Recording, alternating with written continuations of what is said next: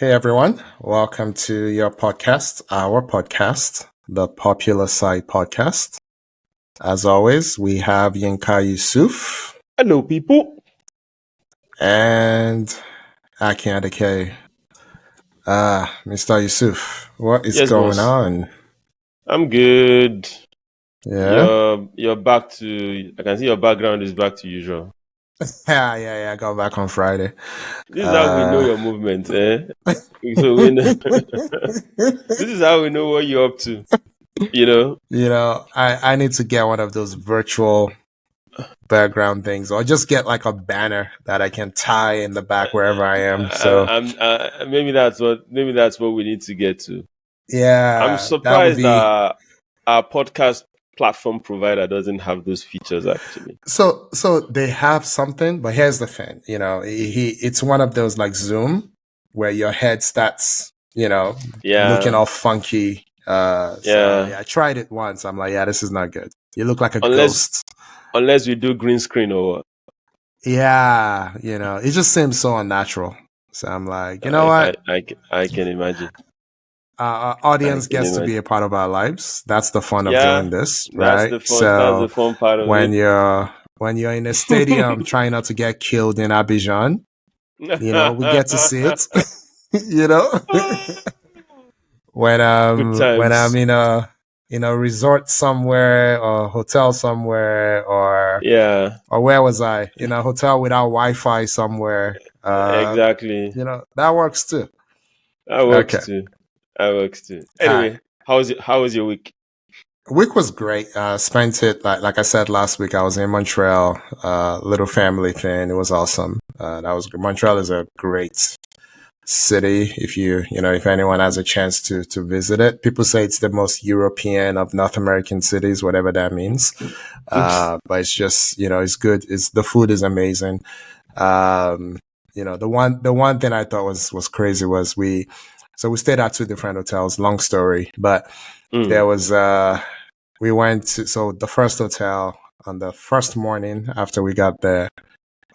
We went for the brunch, and he was like, you're used to just like how brunch is wherever you are in the yeah. world. Brunch is pretty much the same, And Mm-hmm. I'm like, Montreal is the first place where the brunch is like a bunch of like classically trained chefs. You know what I mean? Like providing all kinds of different dishes. It was just crazy, And I'm like, why is this part of the menu? This makes no sense, like.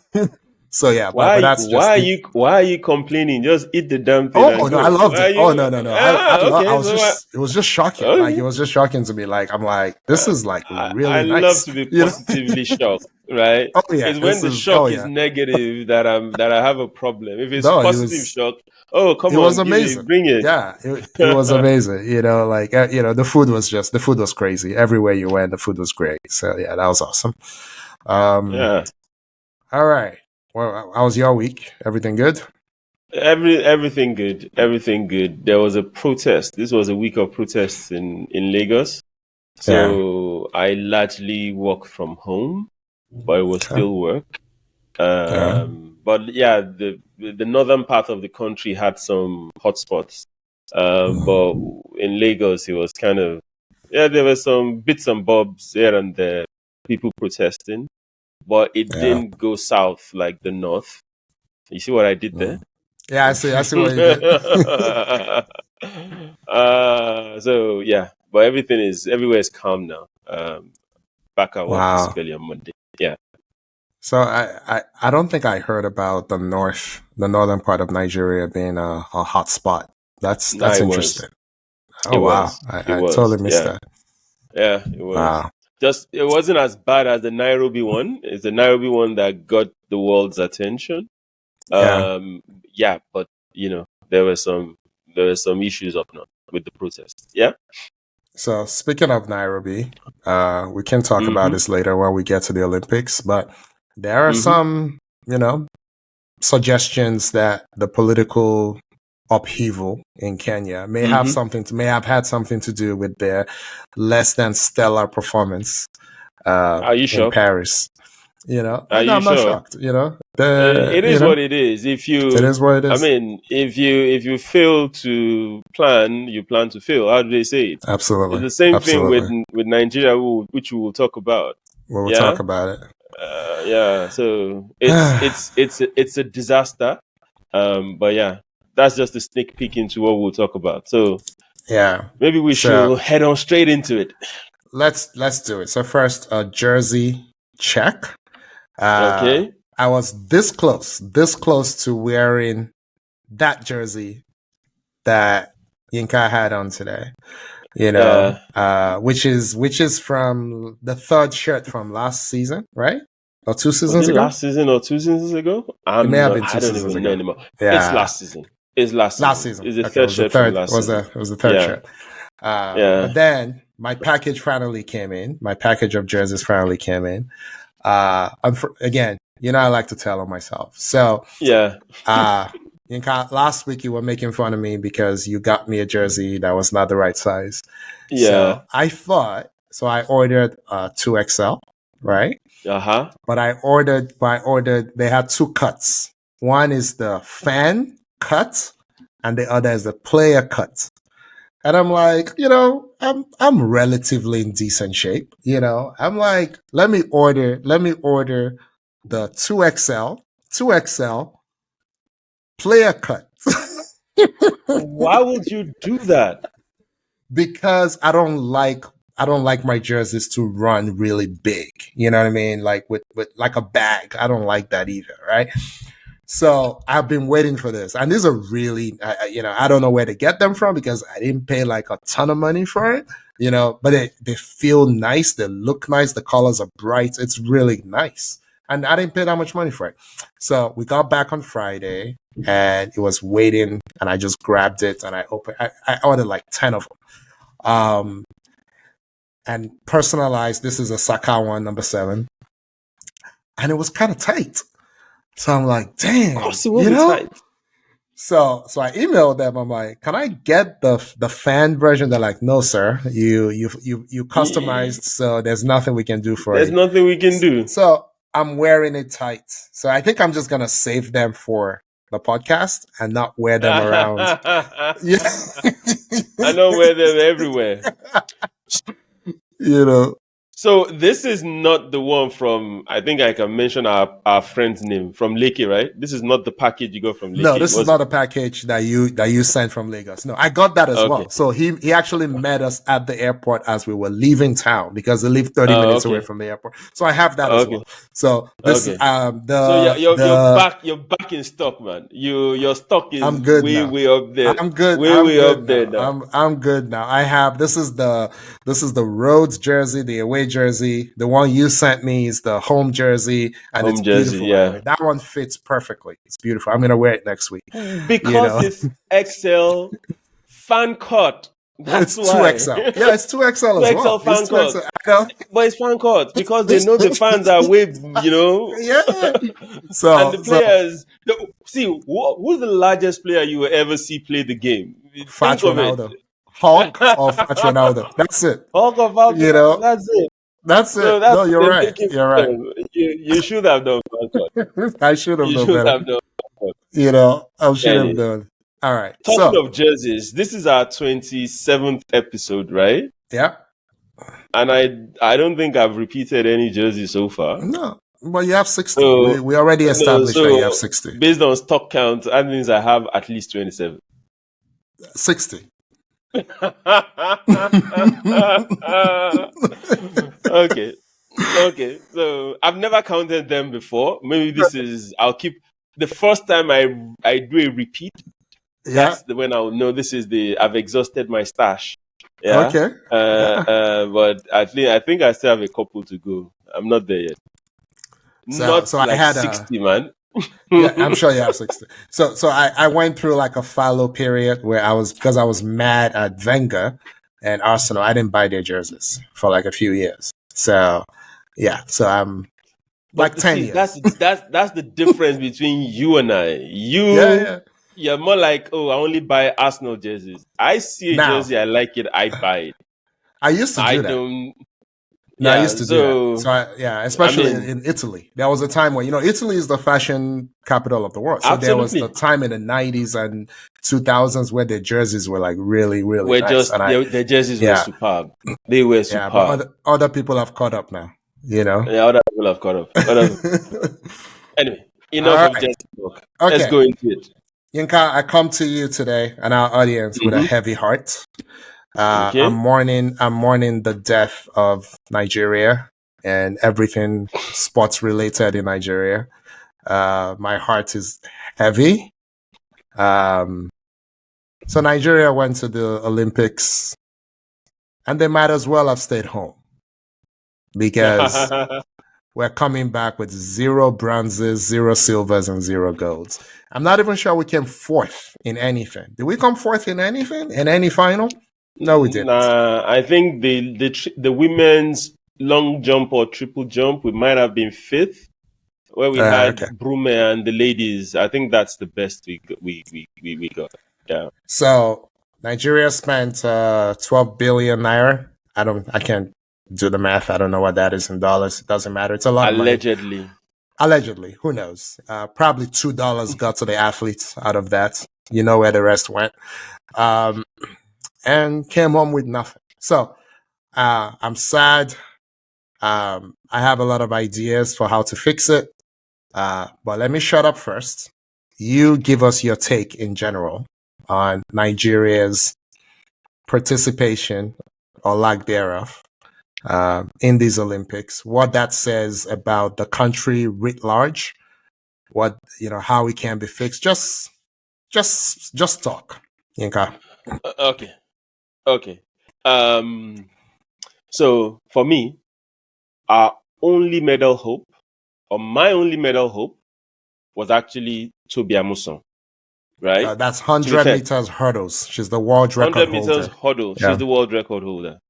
And when she lost out in the semis, right, I think that's the only time I felt, sad, disappointed, or dejected. Yeah. Yeah. Every other thing that transpired for Nigeria in the Olympics, I was in shock. I expected it. Yeah. I expected it. And you know why? It's very simple. The people that are winning golds, multiple medals, multiple silvers, multiple bronzes, those people planted the seed that they're sowing right now. They planted it 20 years ago, 25 years ago, 30 years ago. Yeah? Back then, Nigeria didn't plant nada. Right? And like you say, you cannot reap what you did not sow.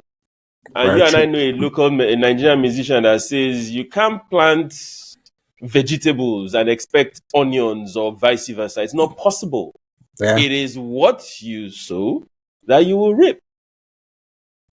If you go back and you take a flashlight and probably try and see through the preparations, what all the respective sports federations were doing, you will understand, right, that this debacle that we are facing today, or that we went through in these Olympics, it's been knocking on our doors for years. Yeah. The only reason why it wasn't obvious was you will see a lot of athletes that were not necessarily dependent on our federations, out of the love for the country, will say, I want to come and represent Nigeria. But right now, those people are like, why am I even representing Nigeria? Why can't I just stay with whoever that I'm training with? Bahrain's, the Italy's, the Germany's, right? So now you have a higher number of Nigerian athletes. I think Nigeria probably has the highest number of athletes that is not representing their country, if you get what I mean. As in natural born Nigerians that are not representing their country. You see Nigerians in Ireland, Germany, Italy, probably 40% of the UK team, track team, is Nigeria. Almost all the girls in there are Nigerians. Well, no, you get. I'm exaggerating, but you guys get my point. A little bit. Yeah. Yeah, but you guys get my point. So these girls and these athletes are just realizing, what's the point? See Favor Ophelia, see what happened to her. They didn't even register her for the 100 Tell us what meters. happened to her. Yeah. We don't know. All we know is she was expected to represent Nigeria in the 100 meters, right? And a few days to the event, she got word that she wasn't going to be there. And she said, what happened? And the Olympics committee, they told her, your country did not register you for 100 meters. And she's like, why wouldn't they register me for 100 meters? I am the fastest Nigerian woman here right now.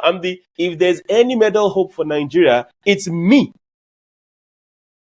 And she wasn't registered. Now the Minister of Sports has come out to say something happened somewhere, we're investigating. This investigation will never see the light of day. We'll never see the end result of it. Someone somewhere, one incompetent B word, right, didn't do what they were supposed to do. I was going to say bastard, by the way, but I'm not sure if bastard is allowed, but you get my point. They didn't do what they were supposed to do. And this will be swept under the carpet. So this is the incompetence that has been reeking, that we've been talking about for donkey years. Yeah? Our grassroots is non-existent, more or less. Is non-existent. All the championships, the secondary school, the mobile, whatever, all the things that we do locally, what's coming out of them? Nothing. The funding, there's no funding. The money is not getting to the athletes. The government is releasing the money, but it's not getting to the athletes. It's not getting to the coaches. So once you have that small talent, you get a scholarship to go study an athletic scholarship in any of, it might be US, it might be UK, it might be Italy. Next thing, you naturalize, you turn over, you say, leave Nigeria. So the people, and no disrespect to these guys, I love them and I appreciate the fact that they want to represent Nigeria. But we're not even getting the cream anymore. Yeah. It's like, oh, maybe I can't cut it in Italy, but I still want to be an Olympian. Let me come back to Nigeria. That's what we're getting these days. Yeah. That's what we're getting. And again, Akin, I've ranted enough. Let me let you say something. Yinka, it was a rant, but everything you said was true. I'm just sad, if I'm being honest. Like my heart is heavy. I've talked on here about my earliest memories of the World Cup being in 1986. I was too young for 1982. But my earliest memories of sports, Yinka, was boxing in 1984. Was Carl Lewis in 1984. 1984 Olympics, 1987 World Championships. I don't think I actually watched 1983 World Championships live. I was young. And for those watching back then, the World Championships in athletics was every 4 years before they changed it to every 2 years. So, I mean, that was like the World Cup to us when we were growing up, because athletics, track and field, we didn't really care about the field part of it, but the track part of it, oh my gosh, like 100 meters. And Nigeria was competitive, Yinka. So the US has always been like the king and queen of the track in the sprints anyway. But once you take a back then, I'm talking 80s, 90s, early 2000s, you take out the US, you take out Great Britain. I don't know what's so damn great about it, but that's what they choose to call themselves. You take out, Canada, maybe, Canada wasn't even there then. Bailey or whatever. No, not Leon Bailey. What's his name? The other Bailey. Donovan Bailey. Sorry, Leon Bailey's a footballer. Yeah. You take them out. It was Jamaica, then Nigeria. Ghana was there for like a tiny little bit in a 400 and a 4x4. So, but Nigeria was the next one up, So now see Nigeria not even be anywhere it just makes me sad. So let me quickly go to solutions, right? So you've laid out, I'm not going to repeat everything you said because you've laid out what the problems are. We know what the problems are. Yinka, when we were growing up, the sports infrastructure ran through the public school system in Nigeria, right? Yeah. That's pretty what it was. It was the public school system in Nigeria. I don't hear anyone saying this, but I think that's where Nigeria has lost it. Because, how do I put this? People have lost faith in Nigeria's public education system, right? In what in the US we call K through 12, which is pretty much primary and secondary school. People have lost faith. Yeah. So you go to the poorest neighborhoods in Nigeria now, and there's private schools there. Those private schools may be subpar compared to the public school option, but everybody wants to send their kids to a private school because Nigerians have lost faith in their public schools. So in my opinion, I think the biggest problem in our sports grassroots infrastructure is we haven't replaced the public school, scouting system with a private school one, because people pay money. One second, Yinka. People pay money not for their kids to go and run and jump and play ball, but for them to go in and become physics and whatever experts and become doctors and engineers. Go for it.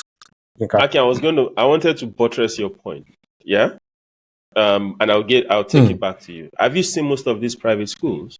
Okay. It's like somebody wakes up one morning and says, "This house is too big. I need to turn it into a school." Yes, I agree. So where is the room to do any sports? There's no room to do any sports, Akin. Then they will now do one inter-house sport once a year. They will take them to field, call all the parents. Everybody will run, clap, shout, and be like, "We've done something." Yeah. Go ahead. There's mediocrity. So for people watching, the school Yinka and I went to, right? The secondary school we went to. And for those who are not Nigerian, secondary school for us is, grades 7 to 12, right? That's secondary school. Yeah. Like I tell people all the time, I tell my kids all the time, we didn't have functioning toilets. That's true. But we had, you know what we had? We had access to the university stadium. So that inter-house sport that Yinka was talking about, you would do your marathon, you would run on real tracks, right? And you will play ball on a real field, right? So when we went to school, ours was the best academic school in the States. I don't care what our rivals say. But we also had real exposure to real facilities. When people decided they wanted to play basketball, they put an outside court for us. It was terrible. But then when we put a team together, they found their way to get us into the stadium in town, where there was one of the few nice indoor facilities in Nigeria. And that was because there was a commitment. We were the best academic school, but we also strive to do things in sports. So I feel like that's not translating, in my opinion, right? So all these people paying all this money in places like Lagos need to be pushing for, hey, where is your sports facilities? You know what I mean? Because we have to rebuild. We have to, no, but I'm telling you, right? We have to rebuild. And it doesn't have to be that each school needs one. It could just be that neighborhoods have one, because you can't look what you said about reaping where you don't. So I say it all the time. We want to go to heaven without dying. That's not how it works. You can't show up in heaven alive. You got to be dead first. You got to take the pain. You got to take the pain before you can reap the reward.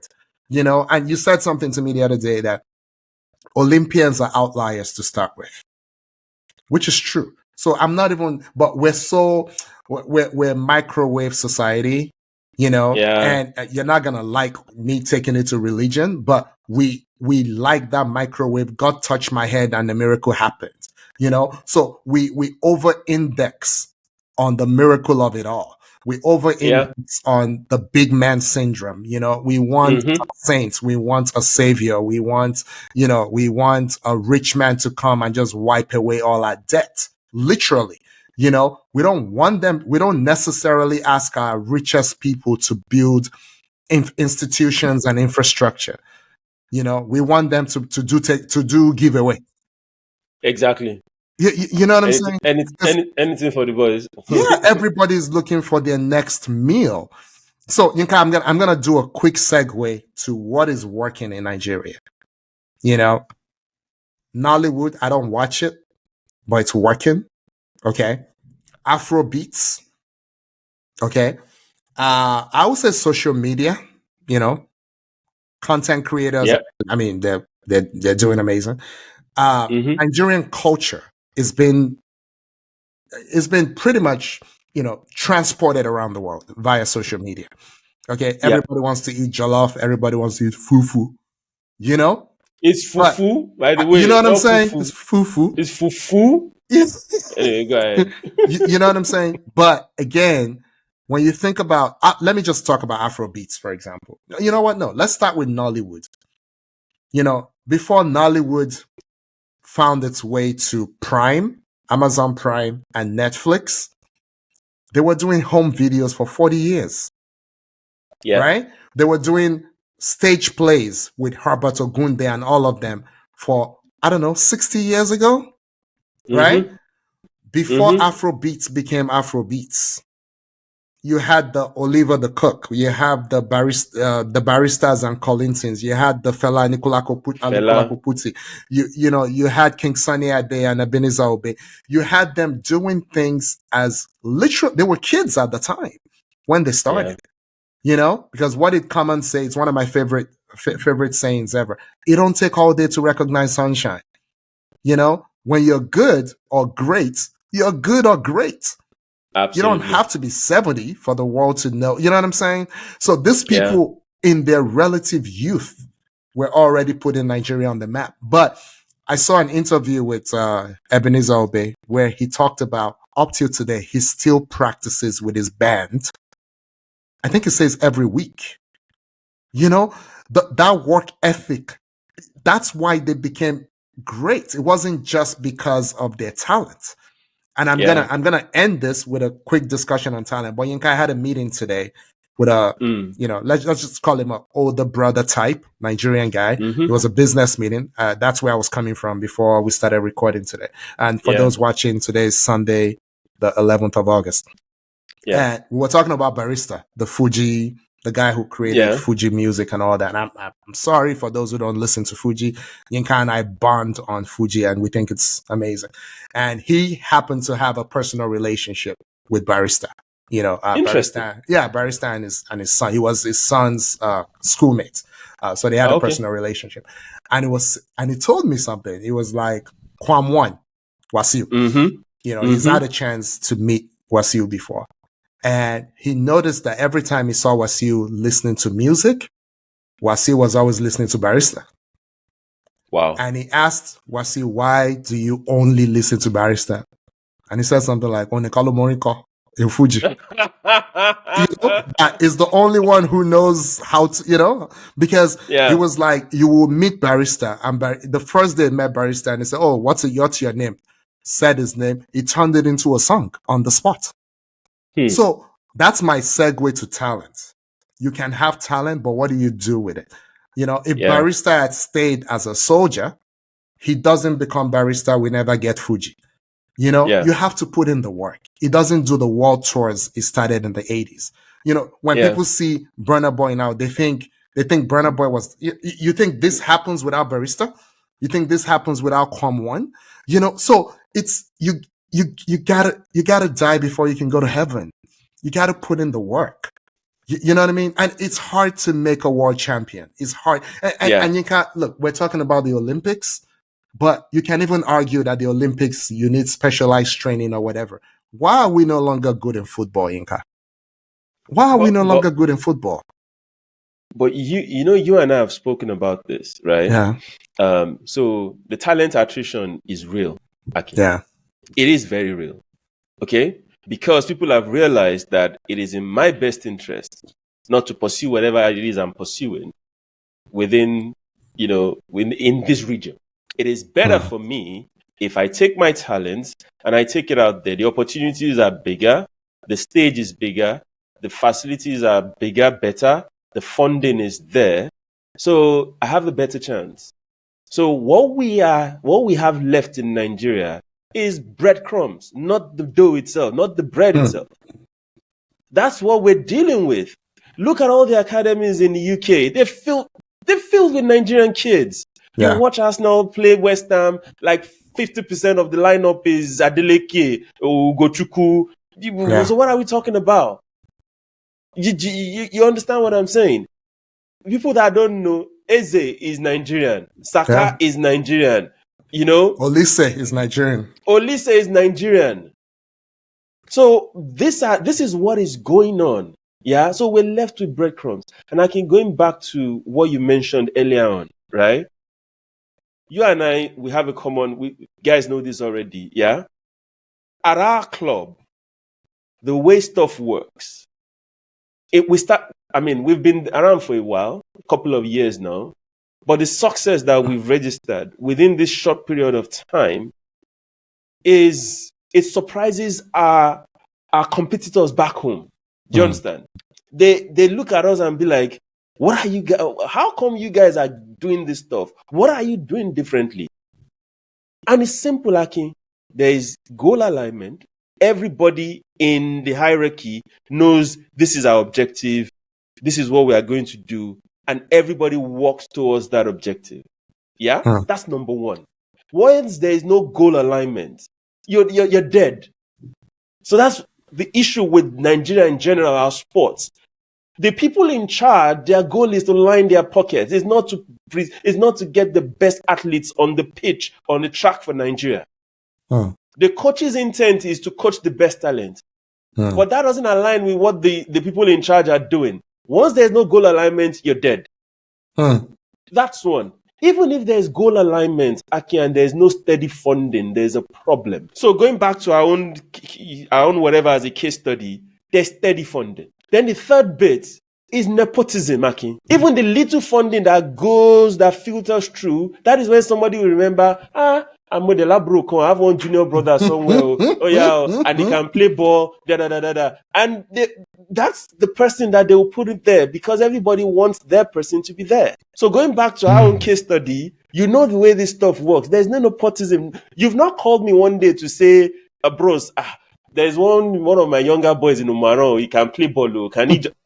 No, never. That has never happened. Never. I've also never called my big brother to say, oh, there's one boy that I know, he needs to. No, there's no nepotism. If you don't have talent, you don't have talent. You can't play. Quick story. I know I'm digressing. Very, very, very, very quick story. One young lady in my office said, I know you're into sports, you talk sports, you blah, blah, blah, blah. I have a junior brother who can play. This. His friend says the best footballer ever. I said, okay, all right, no problem. So I called my brother. I'm like, I'm sending one young boy to you. Just let me know. And that's what I do. That's what we all do. If anybody sees. So I sent the young guy to Oregon High School in Lagos here.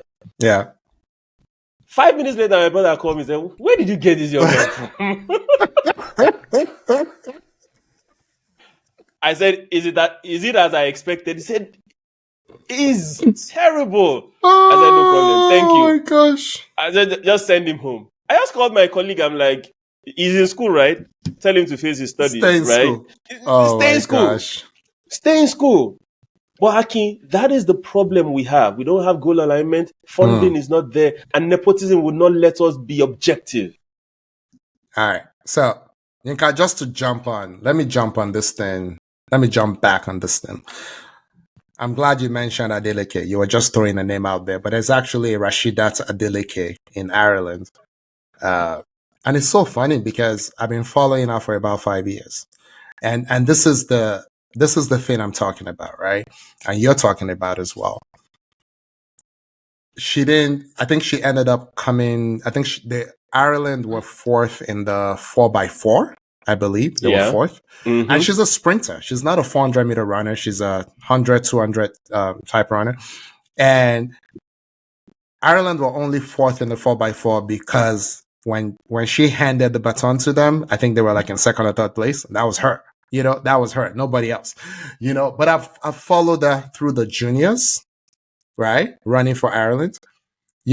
I've watched her technique get better and better and better. And she became, like a real pro. She went to all the Euros, grinding her way through all that. Like, I wouldn't say, how do I put this? I wouldn't say she has the most talent in the world, right? But when you stick to something, when you have talent and then you stick to something, good things happen to you, you know? So Absolutely. I couldn't have been prouder. I don't care about Ireland at all, but I couldn't have been prouder to see, just because I'm personally invested in her journey, because I've been watching her for 5 years. You know, I knew her when she was a teen, you know? And that's the problem, right? Because, and this is where I'm going to close on this, Yinka. What are the solutions, right? I think Afrobeats became what it became without government intervention. Yep. Nollywood became what it became without government intervention, right? Yep. These private school networks that I'm talking about, no government intervention. Government doesn't even subsidize these private schools, you know? Unlike in parts of the West, like in Canada, for example, you know, government does give money, blah, blah, blah, to subsidize some private schools, right? There is no connection between Nigerian private schools and government. They benefit nothing from government. They don't use government buildings, nothing. So nothing. I'm a little sick and tired, Yinka, of hearing the same thing every 4 years for the Olympics, every 2 years for the Nations Cup, every 4 years for the World Cup, where Nigerians, let's just call it what it is, they just bitch about the government. I am tired of it. We are 237 million people. You can have success without government. What are you doing? I'm just tired of it, because you know what? The one thing I can guarantee you is 50 years from now, the government is not going to change. We have seen brutal military dictatorships. We have seen visionary military governments. We've seen, you know, terrible civilian governments of all stripes. We've had a parliamentary, democracy. We've had a non-parliamentary democracy. It does not matter. Nigeria and good governance, I don't know. We're 50 years away. Yeah. So are we going to wait 50 years to start doing well in things that people care about? I can't explain why people care about this, but people care about it. I'm sad. You know, I'm devastated. Okay.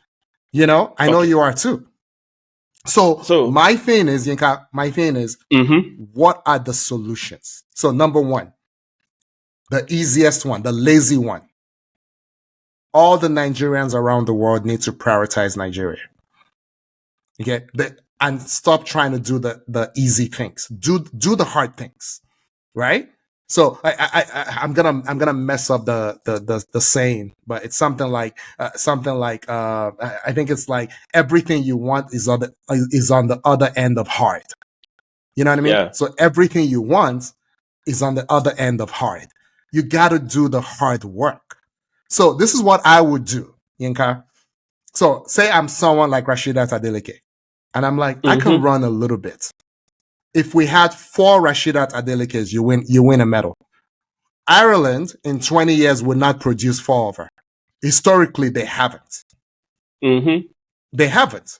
You know, but Nigeria can produce 4 Favour Ophelis. If you put Rasheedat and Favour together, you're halfway there. Because if you double Rasheedat and Favour, they win a medal. They win a medal, Yinka. So all of them should just run for Nigeria. That's what I'm trying to say. So the next generation of Favours and Rasheedats and the girl running for Italy and all the ones running for Bahrain, call each other or whatever. Kids don't call anymore these days. Do whatever you do on social media with each other and gather together and run for Nigeria. And you know what? Put Nigeria on blast on social media and say, have you guys registered me yet? You know what I mean? No, I'm serious. And let this be the cause that Nigerian youth can take up for you. Because this is actually better for your career. When is Italy going to produce 4 Ophelis? Easy like that. When is Ireland going to produce 4 Adelekes? Nigeria has them in abundance. You just have to. So that's the easy way out. The hard way out, Yinka, the hard way out is putting in the work, which is not something we know how to do. But that's the solution to this. Go ahead, Yinka. Okay. So, Akin, I agree with you, and I know we've overflogged this, but I'll just say this, right? This work you're talking about Mm-hmm. is not a 1 week, 2 week thing. It's a long term. It's a 10-year, 15-year, 20-year investment in terms of funding, in terms of time. Yeah? Here's the thing. You hit the nail on the head earlier on. Nigerians don't have that kind of patience. Nigerians don't have that kind of patience. And I'm talking of the people that can put the money down, put the time down, make this thing happen. They are not interested in it. Jamaican Athletics Federation is as bad as Nigeria's. How come Jamaica has all that? It's because people are investing in there. They're like, oh, this is I can be agents of these athletes, right? And I can sponsor them, and do you understand? I can make money off them. That is where we need to get to. The thing now is Nigeria in general, we are focused on football. Do you know how many football academies we have in Nigeria? How many athletic clubs do we have? Yeah. How many basketball clubs do we have? Not many. How many other sporting clubs do we have? Not many. Not many. And let me tell you the funniest part of it. It is where the funding goes to. That's where the interest is and stuff. Yeah. My son, for example, he goes to like that kind of private school that you're talking about. Yeah, there's really no pitch, nowhere to play football. Exactly. Guess what the young man is into? He's into chess. The young man is barely 10, 11. He's almost as good as I am right now. Because that is where, and the school takes him to chess competitions constantly. Because that is the low-hanging fruit for them. That's what they can do. Right? To make this thing happen requires you to be intentional, requires you to know exactly what you want to do and be willing to say, see guys, even if I don't make money off this, I'm happy enough to say that I've changed the life of young Nigerians that have talent and they've made something out of their lives. Akin, not too many people are willing to do that. So my take is this. The secondary schools, I like your take on secondary schools and primary schools, having those tournaments. But at the end of the day, once you identify those people, those outliers that can then be Olympians, quote and unquote, the people that are special, you then need to put them in a program that caters to their special needs and their talents. You can't just leave them and say, oh, be training, be running with one coach. No training. Some of them don't even have spike shoes to run with. Go to Ilorin Stadium, you see people running barefooted on tartan tracks. It's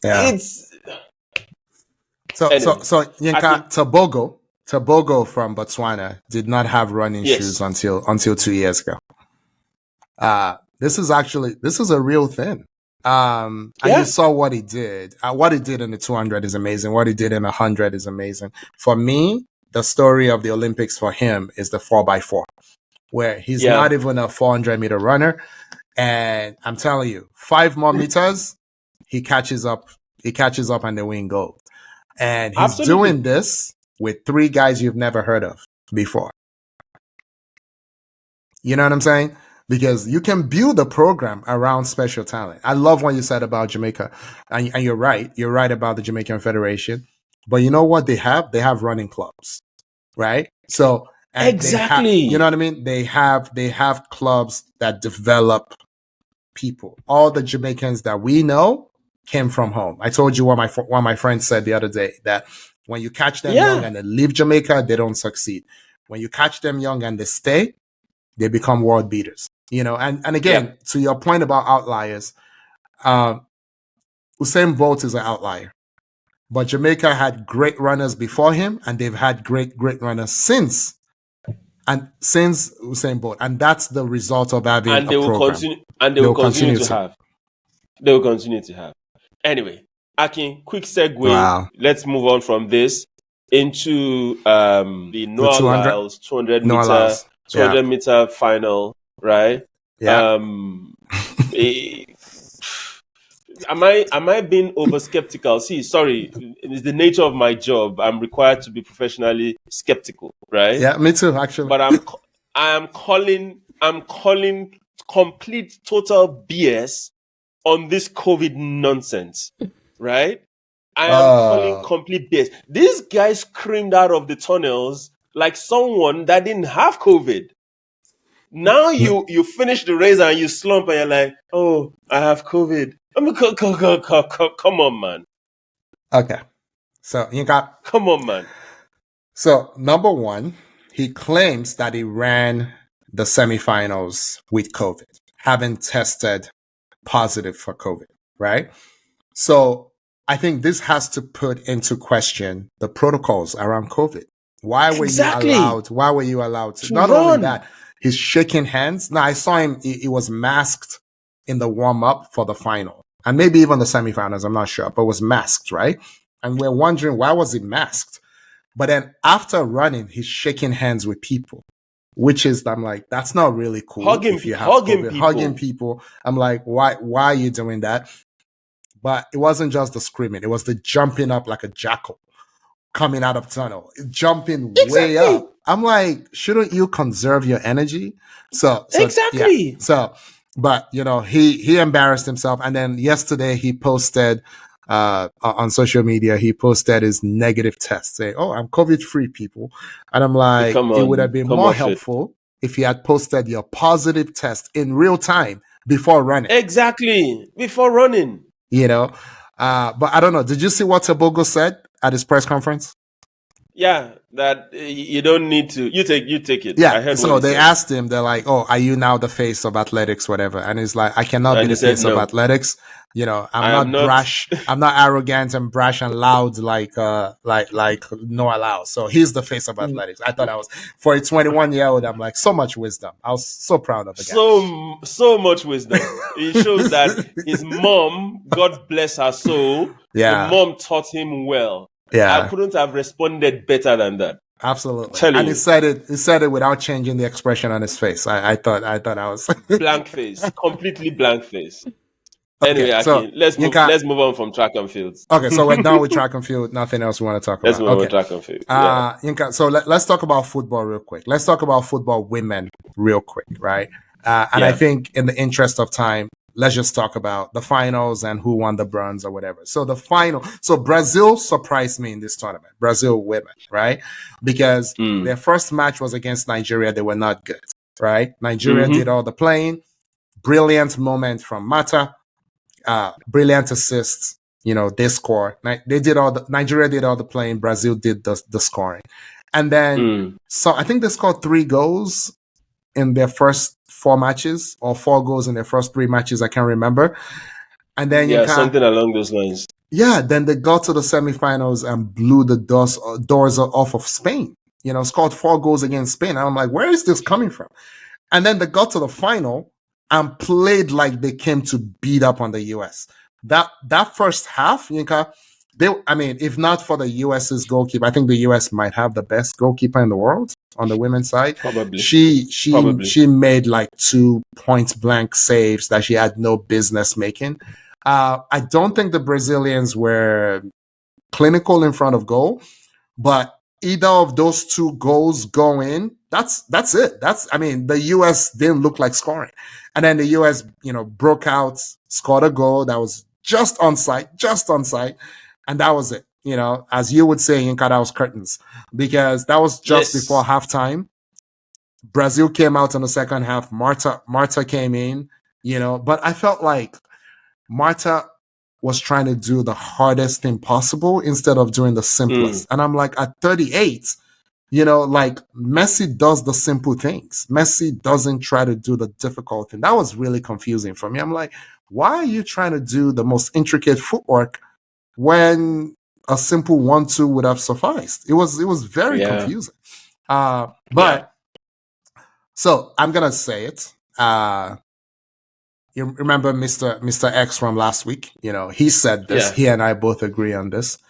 The U.S. is different because of diversity.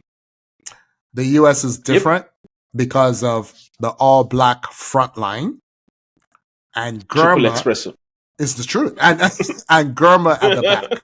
Okay? Yeah. The U.S. went down because they were doing what the U.S. basketball teams are doing right now, which is just playing old people into the ground. Okay? And the rest of the world is catching up. They're not fully caught up. They are catching up.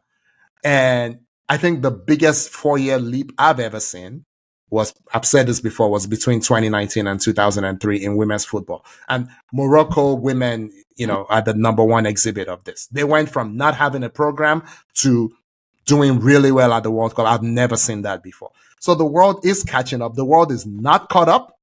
It is catching up. And if you're playing old women who can no longer play, though, you will crash in the quarterfinals. That's what happened. When you replace them with these girls who are athletic, who are humble, who are hungry, who are team first, okay, who don't distract from the game by getting involved in other shenanigans, this is what you get. So that's my take on women. Go for it. Very quick one. Yeah. You said US was going to bash Germany. I just like to remind you. I was shocked. Okay. I was shocked. Which is why I said I don't like the way they did this stuff, that you were repeating games, right? Yeah. I mean, the semifinal was against the person that was in your group. It could have been another group, right? Because they say if the dog bites you the first time, the dog is crazy. If that same dog bites you the second time, you need to check yourself out. You're the mad one. Yeah. Germany came out against the US team and like, you're not gonna bite me the second time. Yeah. You're not gonna bite me. I was shocked because Germany, I didn't think Germany was good, but shocking. But in that game, they could have won. And US scored, very, very lucky goal to scale through, right? But give it to them. They were defensively solid. What's this black centre back name again? What's that lady's name? Germer. Germer. She's amazing. She was amazing. Yeah. Amazing. So she's Eritrean. She's Eritrean. She looks Ethiopian Eritrean. Yeah. Okay. Then in the final, they scored. I don't want to say it's a fluke goal. That was a good goal. It was a really good goal. The balance of the game wasn't tilting towards the US side. Brazil really came out and gave them a tough time. Yeah. They really did. But I'm happy for the US team. Everything you said is right. The front line, they've come out to say we should call them triple espresso. So triple espresso, well done. Y'all took US to the final because the goals that won the gold, the goal that won the semifinal, the goal that won the quarterfinal were scored by each of them. Yeah. So Rodman scored, then Smith scored, then Swanson scored the final. Then Swanson had the presence of mind in the final. She said it when she was interviewed, to call out to Smith, like, don't touch that ball, you're offside. You know what I mean? Yeah. So it's just the intelligence and the way they move and all that. So I thought that was really good. Happy for them. Very, very happy for them. Switch over to the men's side of football, Akin, quickly. You asked me whether Egypt was any good, and I told you I don't think so. We don't know. I'd not watched them, but now we know. now we know. 6 goals, Yika. Oh my God! Nah, it was something else. Oh my gosh! But Akin, what are we going to do about Spain? Spain are a problem, and you know what? I feel like the women could have made it even worse because, to me, so they're leaving Paris without a medal. Mm-hmm. But I still think they're better than Brazil. I think they may be better. They may be as good as the US without the dynamic forwards that the US have. I know they're better than Germany. I have no idea how they're leaving without, frankly, they may be better than their men's team. I think they have the same problem that the women's basketball team has. I think their 2 center-back pairing, Paredes is not getting any younger. Okay, that's fair. Maybe they have younger people that might be able to do better. Yeah, because they were let down defensively in this tournament. Yeah. Defensive midfield, defending, they were let down. Offensively, they were quite good. But what teams just decided to do is we'll just pack the balls against you and we'll beat you on the counter. That's how they lost the semifinal, and that's how they lost the top place. The bronze medal, the bronze medal. So, but anyway, Spain is a problem. Spain, they beat Morocco. Morocco for me I thought they were the best team on the men's side. Yeah, me too. But their game with Spain, God, it was tactical football at its highest. And Spain had the combo of individual talent and just technicians all over the pitch. Fermin Lopez came on board and announced himself like, Spain is going to dominate. 5 goals. God. Yeah, you know what's and funny? They got into, yeah. They also look young. I know everyone is young and everyone is U23. Like, you know that they look young. They are young. Yeah. I think they probably have the youngest team, actually. I would believe they have a 17-year-old on the team. I know that. They look young, they play young, but they're really good. But we talked about this during the Euros, right? We talked about having an identity. This team played like the team we just watched at the Euros. Absolutely. Yeah. Absolutely. And you now know the worst part. Just take Nico Williams, take what's that? Lamine Yamal. Yeah. Right? Put them in this team, right? Do you understand? Go back into your talent factory in the Spanish league. Take all these younger defenders, because Eric Garcia, that was our backer, was in this tournament, wasn't he? Yeah. Garcia was in this tournament. Kobarsi was in there. Kobarsi was here. Baena, that was in 2023, the team that England beat in the final. We'll talk about Lee Carsley later on. Yeah. He was also in the team. So you look at Spain and you're like, these guys have a very, very bright future. They have a very, very, very bright future. But kudos to them. Fermin Lopez for me was the player of the tournament. It was. Yeah. Some other standouts. Mateta really impressed me. I think Chelsea's gonna buy him. Picked him. I think he has earned a call up to the main national team. With this performance. Yes. I look at him and I'm like Lacazette was the waste of space. Yeah. You probably could have just played Olise off Mateta. Absolutely. And let Desiree Doe play all through the tournament. Desiree Doe had a fantastic game against Spain. I'm like, why didn't you? Anyway, maybe Henri who is learning. Then the Rahimi boy from Morocco, although most of his goals were penalties, he had a very, very good tournament. Very also watch out for him. Very intelligent. Very intelligent player. You know what's funny? I'd never thought of Hakimi as a leader before, but I thought he played the leadership role really well. I guess he stepped up when he had to. And he came in really good form. His play was fantastic. He showed real leadership. That was a lot of what Morocco did that was good was all because of him. All him. Yeah. Very good point. So let's wrap up with basketball, then we'll move on to our question segment. Yeah? Okay. So we'll make this very, very fast. Yeah? So it was Serbia versus US in the semis for the men's. It was then US, France in the final. Yeah. The semis, you said, it was never in doubt. Never in doubt for me. The US team, yeah, I hear you. The US team went into the fourth quarter of that game 13 points down, right? They went into the fourth quarter of that game purely based on Steph. Steph chose the right time to be Steph. Steph shot 64% from threes in that semis.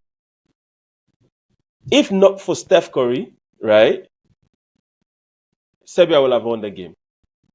And I thought Serbia killed themselves because in the fourth, they stopped doing what worked from quarter 1 to 3.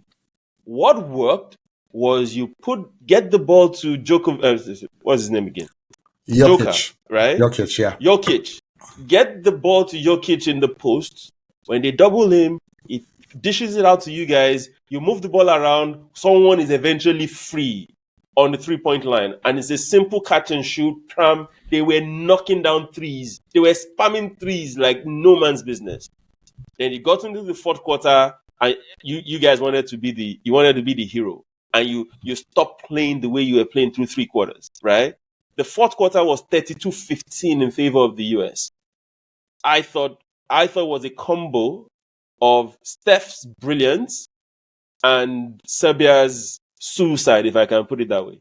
Yeah, but you can't take anything off Steph Curry. I told you he's been off all through the tournament, but he came to life rather when the US needed him the most. And for me, based on those two performances in the semis and in the finals, it's his tournament.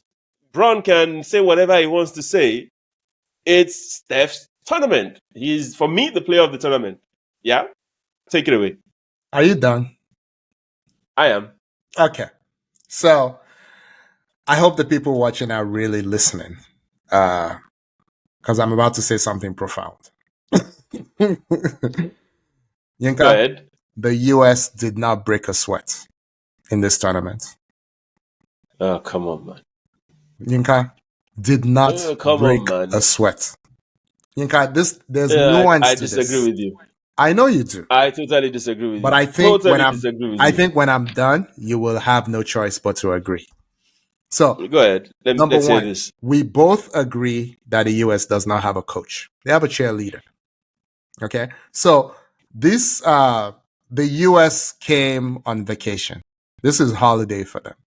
Okay. They got 4 NBA coaches just lollygagging about. This is they're not taking this thing seriously.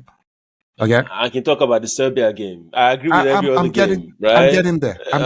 I'm getting there. Go ahead. Because they're on vacation is why the first 4 games, Mr. Steph Curry in his first Olympics had 29 points in 4 games. Shot 5 for 20 from threes. He was not engaged. He didn't care. And this was the stroll in the park for them. They were not challenged. They cannot be challenged. You know why? Because everyone says, oh, there's NBA players from every country now. Okay, congratulations. There was Hakeem Olajuwon in 1984 from Nigeria. Who cares? How many other NBA players since then? So let's take Serbia, for example. You have Jokic, who, for the sake, I do not believe this, but for the sake of argument, let's say he's as good as LeBron, Steph, and KD individually. Let's just say it is in the same category. I think he doesn't play defense, right? Everyone talks about, he's not in good shape, blah, blah, blah. Okay, all of that is true. What I would say about him is he doesn't play defense. So he only plays one side of the ball. So if you're telling me he's playing 36 minutes out of 40, he's really playing 26 because he doesn't play defense, in my own opinion. So good for him. He can win 5 more MVPs. I will not change my mind. Once you take him out, who are the other NBA players? And would they ever play for they're not good, Yinka. They caught lightning in a bottle on one day. But the US was just like, what's this IGG that these people are doing? Like you like to say, Yinka, initial gra. So they waited. What did I tell you? When I told you it wasn't in doubt, what was the score? The US was down 13. And I told you the US was going to win. I didn't wait until after the US won to speak. I told you the US was going to win this stuff because for me, they hadn't even moved out of second gear. And that's not even, Yinka, Jason Tatum is an all-NBA player. First team all-NBA, 3 years in a row. For people who don't watch basketball, all-NBA means you're in the top 5 and number 1 in your position, small forward, for 3 years in a row. Yeah. They put him on the bench, didn't get off the bench 2 out of 6 games. And then he played small minutes here and there. This coaching team is not a serious coaching team. They're not thinking about 20 years. This is a jobs program for old people who need a job for the summer.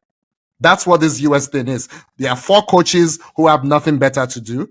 You have LeBron, who has a legacy. You have Steph, who has a hole on his resume. And you have KD, who is the leading scorer and wants to pad his stats. So because of that, they didn't build for the future. They left Jaylen Brown at home. The best small forward in the league 3 years in a row played like 2 minutes. It's crazy. And it's not just that, Yinka. What did they always say when the US used to take stars to the NBA? Oh, to the Olympics. Oh, this is not an all-star team. You need people who can do the... Bruh, Tatum and Jaylen Brown are superstars who can do all the basics, who are good basketball people, who can run and cut and play defense and want to play defense and block shots and shoot threes. And there's nothing you want to do that they cannot do. So why were they not playing? So for me, I'll wrap up by saying it just shows me the world is so far behind that the US can keep pissing about and still win. And if they wanted to win by 30, they will win by 30. Go on, Yinka. So most of what you said is right. Yeah. All of what I said is that right. But doesn't take away. No, that doesn't take away from the fact that Akin, you can't go into a 10-minute quarter down 13 and you end up winning by 4 and you say, oh, they were always going to win. When they say, is it Icarus, this theology or whatever, they say you fly too close to the sun. Akin, they flew too close to the sun and they almost got burnt. Almost so you saying no. So these were supposed to be the invincibles, the untouchables. Nah. These people were in a slugfest against Serbia. Yeah, because they have the wrong personnel. In a slugfest. No. But see, but you're giving. I don't care about whether they had the wrong personnel or not. That's what they brought to the table. That's fair. That's what they brought to the table. It's their fault if we're supposed to fight for your country and you bring one lame guy to say that's the guy that's fighting for me. Okay. And the guy, it's your fault. I don't care. Yeah. Okay. But I agree with everything you said. The coaching crew is crap, right? The fact that Tatum didn't play still bugs me till now. It makes no sense. I'm looking at the box score here, Akin, right? It's a disaster. Kevin Durant had 9 points. Yeah. So Kevin Durant was busy flexing on the minors, the Puerto Ricans, the South Sudanese, the non-entities. Now, when you have the slightest form of challenge, and you disappear, he vanished. I say it differently. I think they don't feel challenged, Inka. They don't respect any of these teams. And why should they? Akin, you see it differently, but I think your perspective in this case is wrong. And I'll explain to you. When Kevin Durant shot like an average of probably 10 or 13 shots per game against South Sudan, Puerto Rico, and the rest of it, you now come to Serbia where you are losing, and all of a sudden you don't want to shoot anymore. I know. All of a sudden you're saying, "Oh, Steph, take." Okay, He shot the ball 8 times against Serbia. Hell no, that is not acceptable. LeBron shot the ball 9 times against Serbia. Akin, that is not acceptable. If Steph, and I will repeat this again, if Steph did not have this kind of shooting game where he shot 9 of 14 from the 3, right, and 12 of 19 in general, Yinka, who was the team? Bye-byes. What was the NBA team that took the most threes last season? I'll give you San Antonio Spurs or Houston Rockets, one of the two. How about the Boston Celtics?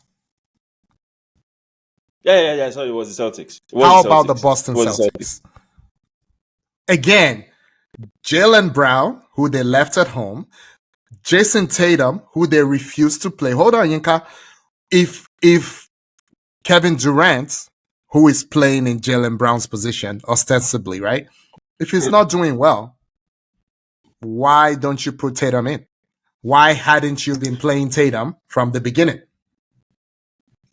Very good point, Akin.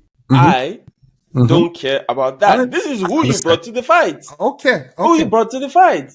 That's all I'm saying. I agree with everything that you said, right? And this is the same thing, maybe a good segue to the female side, right?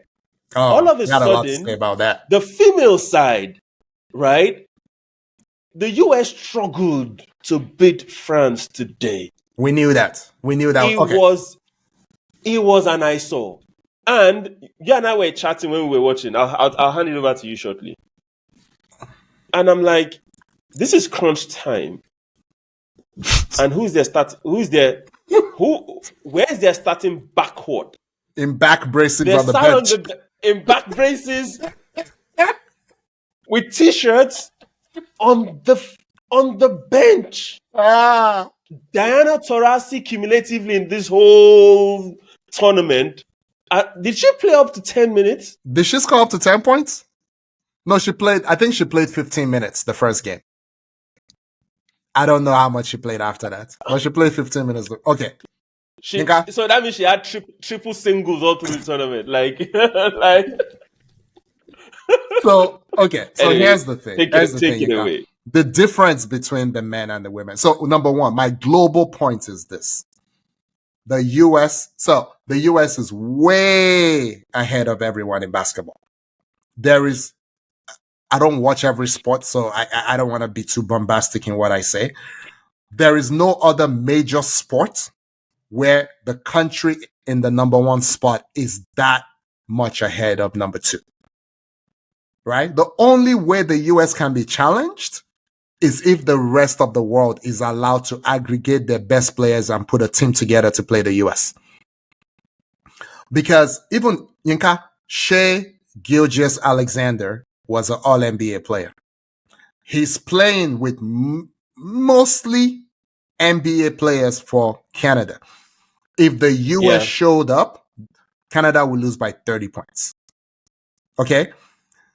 The players that are Jokic's teammates would not make the fifth US team. Okay? So the gap, the last 5 MVPs have all been non-Americans. I'm including Embiid. Embiid is Cameroonian. So 3 to Jokic, 1 to Giannis, 1 to Embiid. Right? All NBA is 3 foreign players. Actually, no, it's 4 foreign players because Shai is Canadian. Right? Yeah. I think Canadian. That's it. Yeah. Shai's Canadian. First team. I think Tatum may be the only American in the first. So there are pockets of, that's a great player who is not American. The problem is you can't find 10 others behind him to bring to the Olympics. You can't even find, Rudy Gobert is getting real minutes with France. Come on, don't tell me France is good when Rudy Gobert is getting minutes. Like, what are we talking about? So for me, this just proves, I was telling someone, I think I told you what I said to him. Like, Algeria in football is closer to France than the number 2 country in basketball is to the US. The gap is massive. Which is true. Okay. If the US brings their A game, right? Yes. So Akin, I don't disagree with your take. I totally agree with your take. My point is, in these Olympics, whatever it is that the US brought to the table, right, was not good. The semifinals and the finals was not as... The French guys were bullying the US players. And I agree. So the ref was swallowing whistles for France. I get that. It was obvious. But yeah, you knew that. In this final game, I think there was a sequence where Steph made 4 back-to-back threes. I thought the first one was ridiculous until I saw the second one. Then I saw the third one. Then the fourth one, my son was here in my office with me, right? The two of us, we screamed because he shot a step back 3 over Fournier and Shembatier, right? Or what's the guy's name? No, it's Battier. No, it's not Battier. No, not Battier. I know what you're talking about. That used to play for Batum, Nicolas Batum. Nicolas Batum, yeah. Yeah, it was Nicolas Batum. He shot a step back 3 above both players. And the arc on that ball was like the top of an egg. The ball went like that, Akin. Yeah. And I'm like, nah. This boy is different. This boy is different. Nicolas Batum could have as well been Shembatier. Okay, this guy has not been a useful NBA player in 10 years. I'm not exaggerating. He got his... No, but he has his own specialist. He's a defensive specialist. That's what he's there for. That's how he's been getting his contract, right? And the US has approximately 28 of them. Exactly. You see what I'm but saying? It's only 15 people you can put in the I squad. know. It's only 15. So, it's only 15. I keep going to this because I don't want to hear any stories about the world that's caught up. The world has not caught up. No. The world cannot catch up. See. No. See, I agree with that. Okay. I agree with that. Right? Is the gap slightly closer than it was a couple of years back? Yes. Right? See, the US cannot have, and this is how you will know. Okay, the US tell me. decided in the basketball championships, the one that they lost. Was it the final that they lost? They The lost US to decided to Germany, take. I think. Yeah. They lost to Germany. The Yeah. US decided to go with the best player on this team is Anthony. What's his name again? Anthony Edwards. Okay. Yeah. Yeah. Decided Tyrese Halliburton, Anthony Edwards. Who else was on that team? Adebayo. I think Adebayo was on. Adebayo wasn't on the team. Oh, Adebayo really? I wasn't thought on it the was. team. Okay. It wasn't. So they literally took the B team to that tournament, and they thought, yeah, we can. They'll win. They didn't win, Akin. I know. Germany beat them. I know. So for US to maintain that whatever, they need to also bring their A game. They can't afford to bring their B team anymore. I agree. But once they bring that A game, yes, Akin, they will beat everybody silly. I get it. Yeah. I totally agree with that. And they don't need good coaching. They don't need to have practiced together. Because I mean, LeBron and Steph played together for 2 weeks, and they're like, okay, let's go. Akin, on the female side, you could see that they were a bit embarrassed. They were a bit embarrassed to celebrate when they won today. Yeah. Because nobody expected it to be 60. Was it not 65-61? That was the final score. 67 to 66. 67 to 66. And I'm like, in fact, the French lady who used to play in the WNBA, she used to play for Lakers a couple of years back. I'm not even sure whether she's still there. She actually, that last minute shot, her foot was on the line. If it had been a 3, we would have gone into overtime. Yeah. So that's how the ladies won. So we got to talk about this. So Yinka, this is very simple. Briefly. So last night I was telling my wife, I'm like, the US might beat France women by 30 tomorrow. That's what I said. That's what it should have been. This is not a good French team. They're good in Europe. This is not a good French team. There's no Wemba. There's no Wembayama. It's a horrible French team. This is not a good French team.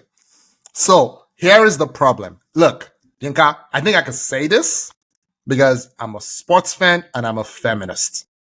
American women's sport is rubbish in the way they do the administration because everybody walks on eggshells and they don't challenge them.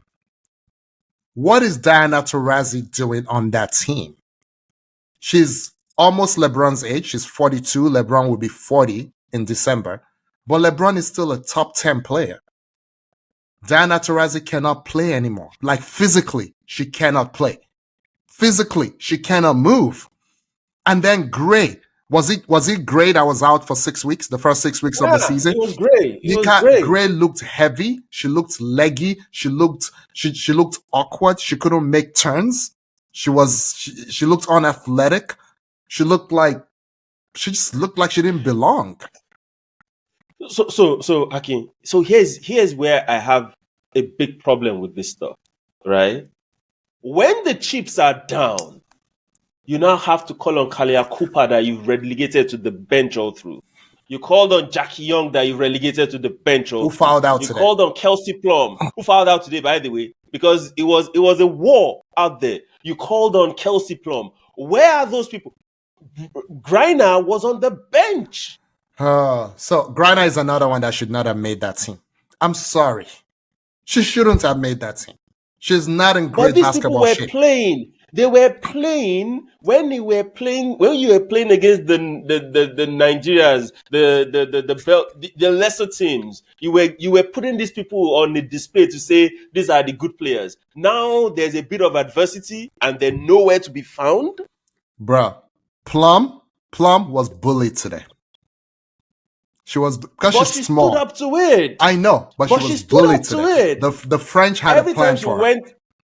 Exactly. But every time she went to the free throw line, Akin, she was smiling like, y'all keep making noises. I'm just going to knock this down.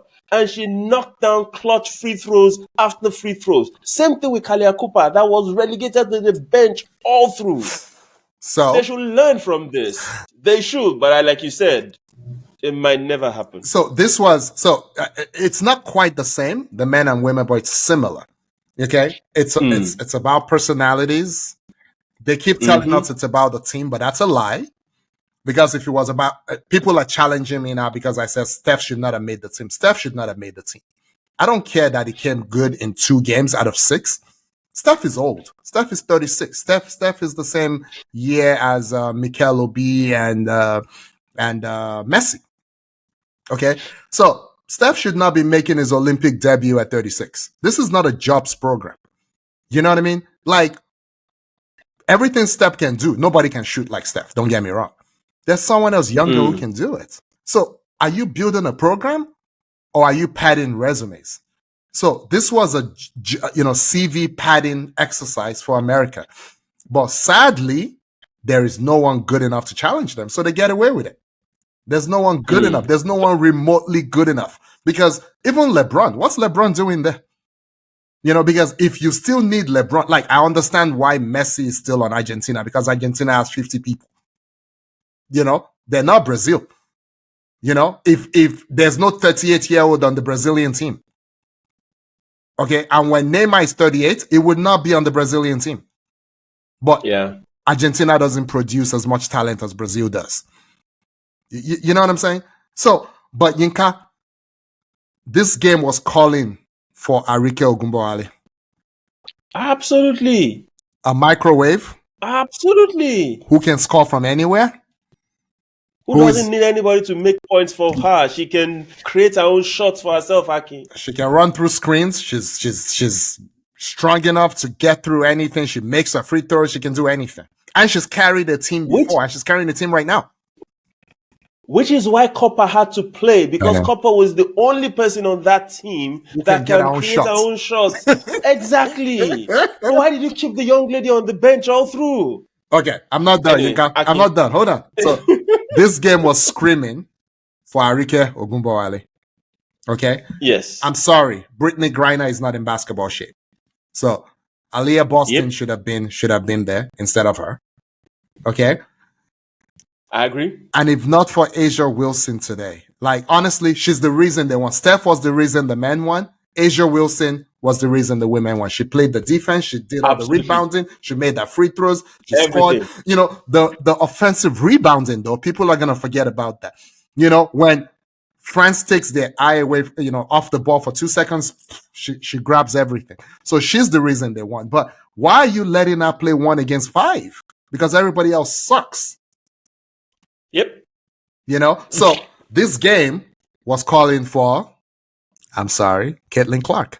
Yep. They played tricks on me. When the list first came out, I actually believed them. When they said, hey, we're thinking about people who have been in camp, blah, blah, blah. I'm like, that makes sense.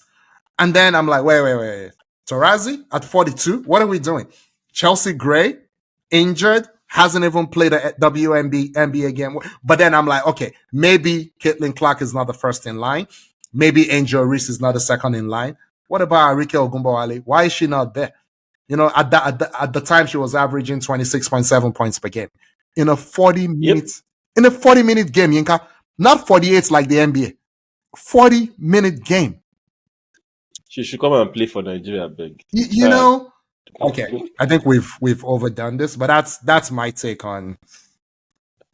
All right, fine. Okay, that's yeah. Let's move on. Okay. Do you wanna? This next one is for you. Okay. Yeah, sure. Whatever. I can just questions. We only have one question. I only have water here. There's only one question which we packed from last week. So the whole world wants you to tell us why is Novak Djokovic not your tennis goat? Okay. The question is directed to you, Akin. I'm just gonna. Where's my hat? I have a hat here. just recline and chill and hear you. So Yinka, the floor is yours. I'm gonna say it's not the whole world. I'm gonna say it's you and our friend who It's sent not in the me. original question. It's Okay, not me. so let's get through this quickly. So number one, Yinka, I'm gonna use your words to set up my argument. When you said the definition of things matter, right? So you're like, hey, what does greatest mean? What does best mean? All of that. I also think it's hard to compare against eras. And then I also think it matters what came before, right? And then I'm a nuance kind of guy. So what I'm going to tell you blends all that together, right? So go ahead. Let me use an example. My favorite women's tennis player ever is Steffi Graf, right? I also think she's in the argument for GOAT. I understand if people think Serena is the GOAT. That's fine. She's not my favorite, but it is what it is.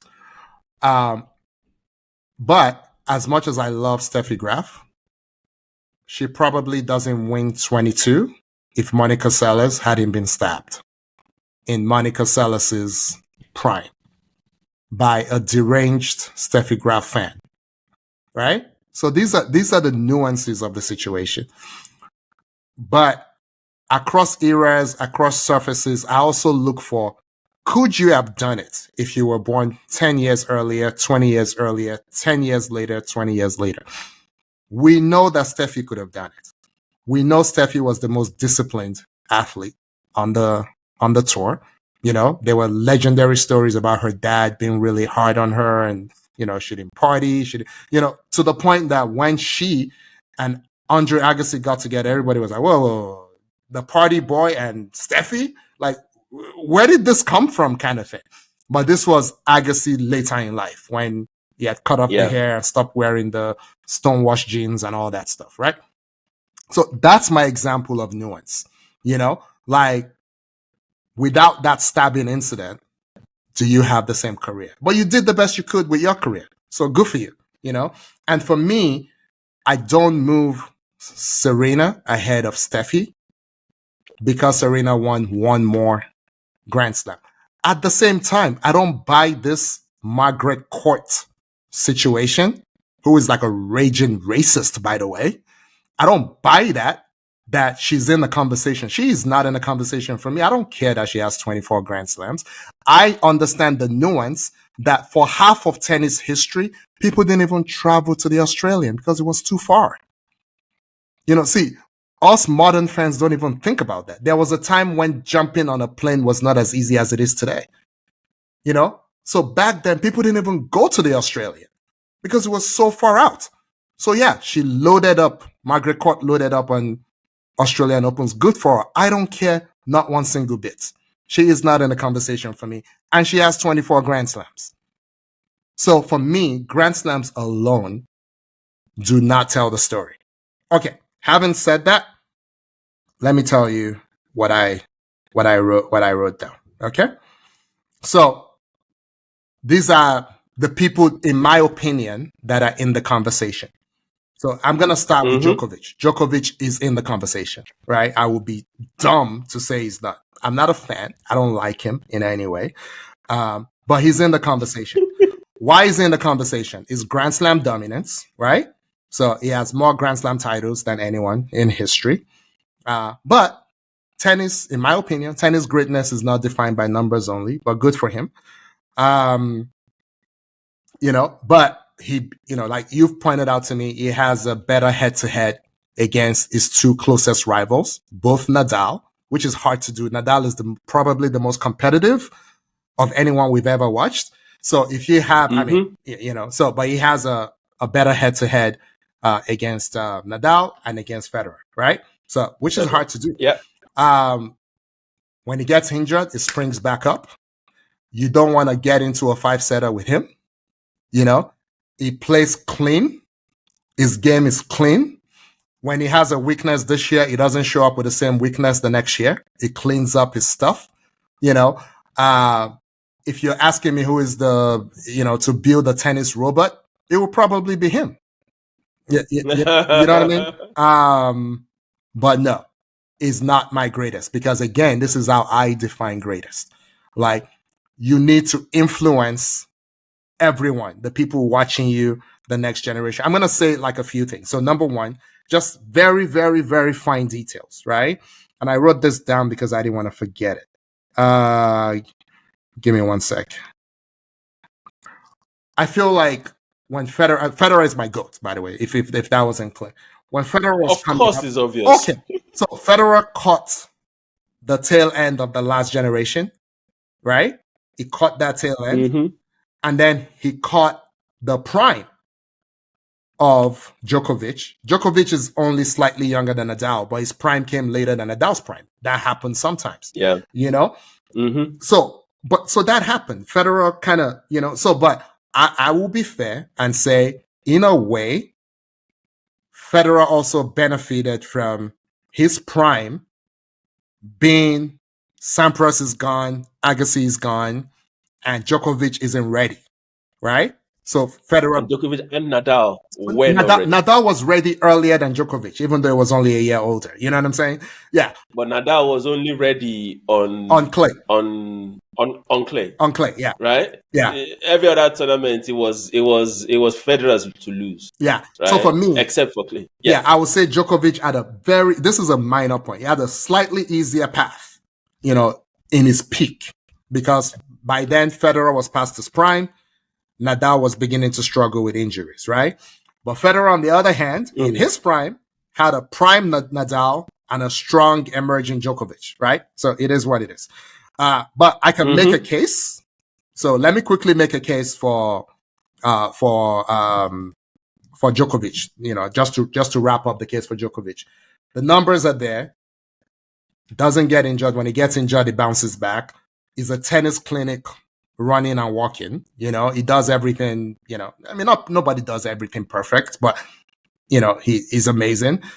He plays clean. He's dogged. He doesn't play wild. None of that. And if Grand Slams are the way to measure it, he has many of each Grand Slam. And now he has a Golden Slam. So what else can you say? Okay. And he beat Alcaraz to do it, right? On a court where Alcaraz had defeated him before. So all of that was great. Yeah, making my point for me. But no, but that's great. But for me, and then Nadal, I feel like Nadal, 22 slams, 14 of them French, that takes a little bit of it. I mean, I feel, it takes a little bit, a little off it, but it is what it is. But I can make a case for Nadal as well, because nobody was, we thought the French was difficult. There was a time when we used to worship Gustavo Kuerten and say, oh my God, such a great tennis player, such a great clay court specialist. And then Nadal was like, that's a specialist? Watch me. Watch me. Right? He made Federer cry on court. He made so many people cry. And the crazy thing, Yinka, we say, oh, he didn't do as well in the US Open. This man won 4 US Opens. Absolutely. You know what I mean? And he won Wimbledon too. Yeah. Yeah. So you can make a very credible case, in my opinion, for Nadal. Right? But you know what? Let me not do Federer yet. And then you have the people that came before all these people. Yep. Okay. So Rod Laver. I know people don't want to talk about him. He had 2 calendar year slams, Yinka. 1962, and 1969. He won. And is the only one to do it. All 4, twice, calendar year. And he missed time, like I said last week, because the geniuses who ran the sport decided if you turn pro, you don't get to play the Grand Slams, because you got to preserve the purity of the sport. You know what I mean? Okay. I know you don't want to hear it. Pete Sampras. There is some inflation of numbers now. You can tell. Like I said, I think there were better players back then. 14 Grand Slams. People thought that was impossible because the best players had 8 and 11 and 9. Right? Okay. It was almost flawless at Wimbledon. At one point, though, he stopped showing up to the French, because what was the point? Because he just kept, it wasn't even competitive. I think he made 1 semifinals, maybe. It wasn't even competitive. Because the serve and volley I doesn't know. work It that just, well yeah, on clay. you know, but It's a slow cut, it's you know? amazing. He racked up, Yeah. you know, and then later in his life, he stopped traveling to the Australia. You know, that was Yeah. another, because Australia, you know, it's early in the year. You just finished the year-end tournament, you know, anyway. So, but his dominance in the 90s, you know, Rod Laver's achievement, and then Agassi's versatility, right? Again, Agassi Yeah. also had the Golden Slam. I believe Agassi won the singles. No, Okay, the so only person, the only male player, Golden Slam is Rod Laver. No, I don't mean in the same year. I mean in their career. They didn't win. Oh, okay. Okay, not the calendar slam. Not the calendar, sorry. So did Agassi win singles Olympics? I think it did. Yes, it okay. did. So and then So it's it's 5 of them, yeah. Okay, all right. It's Steffi, Agassi, Nadal, Djokovic, and Serena. Yeah, okay. Those are the 5. All right. So, and then you don't want to hear it, Bjorn Borg, who retired at 26 with, I believe it was 11 Grand Slams. I think it was 5 consecutive Wimbledon titles and 6 French Opens, right? So, and this was at a time when grass and clay, like, who does that, you know? So it was literally going for 6 years in a row. It would win, you know, the Wimbledon and go be competitive. It didn't win 5 straight, you know, clays, French Opens, but it was competitive, you know, and he retired. And that's 2 really, really different surfaces. It would be like being Pete Sampras and Nadal within a space of 2 weeks, which is kind of crazy. Okay, but the early retirement, one of my favorites in the 80s growing up, Ivan Lendl, you know, who, you know, just his life story, you know, coming from the Eastern Bloc, the old Czechoslovakia or whatever, the way he played, the tragedy of, you know, being in 19 Grand Slam finals, but only winning 8 of them. I say only, like, it's not a big deal. It was a big deal. And this was a guy who, you know, who said he would trade all of them for one. Was it Wimbledon that he never won? I think it was Wimbledon that he never won. Was it Wimbledon? There was one that he never won. I think it was Wimbledon that he said he would trade them all 8 for one Wimbledon. He just never won it. But I feel like he was the modern trendsetter for how people play on hard courts now, right? So the way his game, you know, played, it would have translated really well, because now everything is on hard courts, right? Everything except the French and Wimbledon is on hard courts. You know, so being physically fit enough, he wasn't a big guy, but was lean and, you know, really, really fit for the 80s. That's what he did.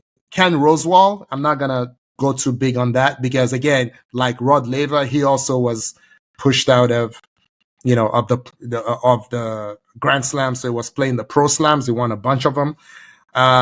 Again, you may not want to hear it. McEnroe, a lot of why tennis is popular today. I'm waiting for Federer.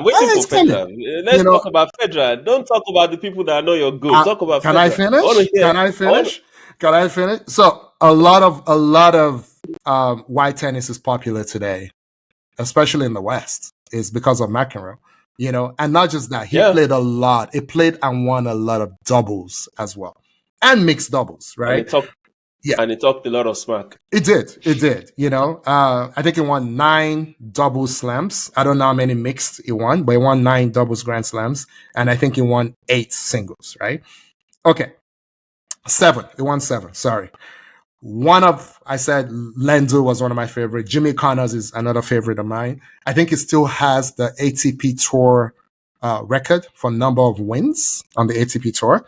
Let me see if I can find it. That's no, he doesn't. I think it's Djokovic. No, singles. He has 109 singles titles, and match wins, 1,274 matches. You know, it's a little crazy when you think about it. And then he kind of crisscrossed the. But this is the ATP. Is it the 1,000 Masters or just no on tour? Just on tour. The titles, number of singles titles he won, 109 singles titles, and 1,274 matches on tour.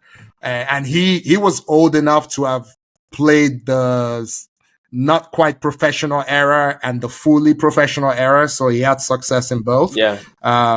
Yeah, we've talked about the women. So I'm not gonna go through that. So why is Roger Federer better than all these people, you might ask? I'm glad you asked. I'm waiting for that. Okay, so for me, the man was just beautiful in the way he played the game. Okay, so for me, the playing style matters. It was graceful, the aesthetically pleasing. Like Nadal, when he had a weakness, he worked on it, tried to fix it. It's so funny because I think Nadal's tenacity is very obvious to us because it looks the part. What's his name? Sorry, not Nadal, Djokovic. Djokovic's tenacity, it looks the part. Even Agassi, it's just obvious. Later life Agassi, 28 and older Agassi, not 21, breaking rackets and stuff, and Nadal's overpowering, I'm going to grind you to dust was very obvious. But, Federer was just as tenacious, but it wasn't as obvious. You know what I mean? But it was almost like Messi. He made the difficult look extremely simple, because he put in the work. This is almost the Messi versus Ronaldo kind of thing, like Messi doesn't look like he works out. Ronaldo looks like he just came out of the gym every time you see him, but, you can't bring Messi down when he's running around with the ball and you wonder why. So clearly he's strong. He just doesn't, you know what I mean? Yeah, I'm not saying this guy's little like Messi, but you know what I mean? So for me, and then next is the influence on the sport, like being a real global ambassador. So I would say it was the first truly global international tennis superstar, right? So he to me is the Pele of tennis. Everybody that came before him helped. He took it to a point we'd never seen before. It's the commercials. It's the it's still the biggest pitchman in the game. And for good reason. People want to be him. He made tennis cool. And he was doing it because he was winning and it was graceful and gracious and all of that. And then his longevity. And this might seem interesting because I think longevity will objectively go to Djokovic. But remember what I've said earlier when we were not talking about tennis, so you can't say I'm biased, is medical science changed a lot in the last 10 to 15 years, right? So Federer was a beneficiary of some of it. Djokovic is a beneficiary of a lot of it now later in his career, So Federer has been, I think it's even more impressive that he was consistently performing at the highest levels while he was playing all this across all the generations or whatever that I talked about. So depends on what you like. This is what I like. This is the person who, when they've retired, people will still be talking about, in my opinion, will be Federer over Djokovic. So that's it. What say you? Okay, so well said. Thank you. So let me start off by telling people what I told you on chat a week or 2 weeks ago. Akin mentioned, I think it was 2 episodes ago, that he just doesn't know how to be fast, right? It was last week. It was last week. It was last week. That he walks slow, he can't sprint. Well, he said all that. So when we watched after the Djokovic Alcaraz Olympic singles males final, I said myself, you, and a common friend were like talking, and I said I didn't need Djokovic to win this for me to deem him to be GOAT, but the fact that he's won it actually cemented the whole discussion. And Akin goes, no, blah blah blah blah. He went on about Federer, and I said, Akin, I know you. Once you like someone, your subjectivity is, you can't hide it. And I said, objectivity is chasing you, but for the first time in your life, there is something that you are faster than. That's what I told this young man. Oh my And he said God. I was abused. He said I was abusing Yes, him. abuse. And I'm like, I'm not Abuse. abusing you. For the first time in your life, there is something you're faster than. Because there is no, see, full disclosure. I said this 2 weeks ago. Tennis is probably the only sport where I have a favorite, but I don't hate the people that are competing against him. If that makes sense. Right? So it's Nadal number 1 for me. Oh, wow. Federer number 2. Then Djokovic number 3. I'm a Nadal guy. Djokovic is now your GOAT? No. I'm saying in terms of who I like. Oh, okay. Sorry. Right? Oh, okay. My bad. So who I'm rooting for, if Djokovic is playing Nadal, I'm rooting for Nadal. Yeah, If Djokovic is playing Federer, I'm rooting for Federer, right? Djokovic is my least favorite out of the 3. Yeah, you said that. I remember But that. even despite that, I will be hating.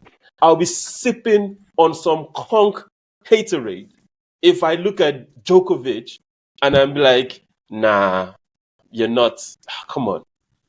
And I'll explain why. Okay, I won't take it too far. Just a couple of things. There's nothing left for the man to win in tennis. Yeah? The only thing that he doesn't have an edge on anybody on is the the ATP Tour. The ATP Tour and Rod Laver's calendar slam. Okay. Only Rod Laver has done the calendar slam. Twice. Djokovic is the next closest. Djokovic has been close 3 times. He's won 3 Grand Slams, 3 years. That's crazy. Right? He's always missing out on the on the clay tournament, Roland Garros. Roland Garros was his bane. And the year that he now didn't have Nadal that he was supposed to win, he had already lost the Australian Open or so. Yeah. Right? So it then didn't matter. So Djokovic won 3 Grand Slams 3 times. That's crazy. Is the closest to Rod Laver. That's crazy. So the Grand Slam, I told you, I like Grand Slam because the 5-setter tennis tournament is what shows that all those 3 ATP 1000 Masters tournaments are just 3 setters. Same thing with the Olympics, right? Let's go 5 sets. That's when we know who's really the master. I have some thoughts on that, but go on. So he has 24 total Grand Slams. Yeah. And counting. It's not done. He may have more. And counting, and it's not done. He's won each Grand Slam at least 3 times. That's crazy. That is insane. That is absolutely insane. At least 3 times. Yeah. He's been on the ATP number 1 ranking for 428 weeks. Is that a record? Of course it's a record. Because I think Federer has the consecutive second. And he has the consecutive record. Yeah. Federer has 310 weeks. Nadal has 209. Djokovic has 428. Right? The ATP Tour finals that they play at the end of every year. Yeah. He's won it 8 times. Nadal has never won it because he's always injured. Yeah. No, it's even on hard court, so I understand he's always injured. Yeah. Federer's won it 7 times. Yeah. Right? He's won an Olympic gold now. Federer didn't win one. Federer won in the doubles. And doubles, yeah. Right? He won his silver, right?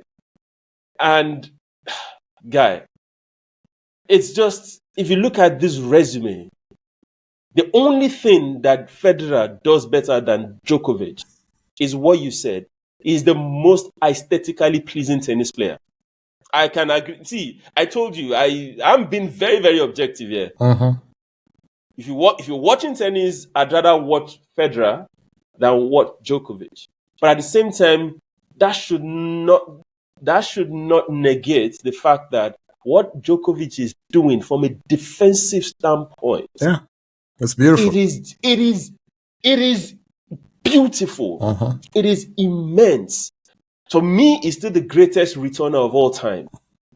Irrespective of how ridiculous your serve is, Djokovic will put it in a place where he turns defense into offense. Yeah. Okay. But the reason why I believe he is the GOAT is this. Okay. I don't think there is another tennis player that has Novak Djokovic's mentality. Okay. Which is? And I'm being very honest about it. Which is? That mentality. That's what I'm saying. Djokovic, right, is that kind of player that in the height of adversity, he will be the one you say, you know what, I'm gonna outlast you. Okay? I'm gonna punish you, right? You believe that you're good. I'm not good, but this point, this rally, I'll make it 35 rallies. Let's see who will get tired. I feel like Let's see who will hit the net. Nadal has that too. Nadal does too, right? But Djokovic has it. It's slightly. I think I still give it to Djokovic over Nadal, right? Okay. Nadal has this on clay. See, Nadal is God on clay. Nadal on other surfaces, that drop off is just too much. It's a lot. Yeah. Okay. It's too much. So that's why he's my favorite tennis player, but I don't think he's the best. A good example is this match that we just watched. Which I refuse to watch, but go on. So, hear me out. Alcaraz's favorite surface is what? Clay. Alcaraz beat Djokovic on grass a couple of months ago. Yeah. So you will believe Alcaraz is on top of the world. It's his surface. Is he's beating everybody, and he gets to this game. It's a 3-setter. Djokovic beats this guy 2 tiebreakers, 2 sets, and in that tiebreaker you could see that somebody wanted it more. At 37, Akin, for him to play the way he played, that is that mentality I'm talking about. This guy is laser focused. And finally, head to head, Akin. I've said this before. You also said that's your thing. Yeah. If no, it's in addition to it's like the icing on the cake. Okay. I don't do you that all you do is icing. Yeah. I've given you the cake, so this is just icing. This is just icing.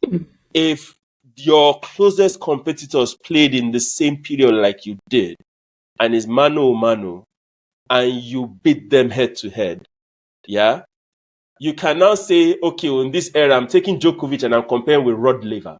If that is your argument, I would say, okay, fair point. I can get that based on the context perspective that you said. You can say, oh, yeah, okay, fair enough. But if the 3 of you played around the same period and your primes, is it fair to say the 3 of them, their primes were around the same period? Rafa, Nadal, and Djokovic? I think there was I think it's fair enough. I think, being honest, it overlapped. Yes, it overlapped. So again, it's balanced because Federer is the oldest, but as between Nadal and Djokovic, they're only a year apart. But one guy peaked before the other. Nadal peaked before Djokovic, and then I feel like Nadal Djokovic was an early bloomer. Yeah, and only Djokovic is healthy and in form at 36, 37, 35, 36, 37. Nadal was broken down by 34. It was actually already breaking down by 30. So he still won. But again, you have to be healthy to be in the conversation. Let's wrap this tennis thing. We're never gonna agree on this. But let me just ask one question to wrap. Who is a 27-year-old great player in world tennis right now? 27, 28, 29. That's your prime. None? Medvedev? None. I was going to say none, but maybe give it to Medvedev. Okay. He's the best of that age group. Okay. Right?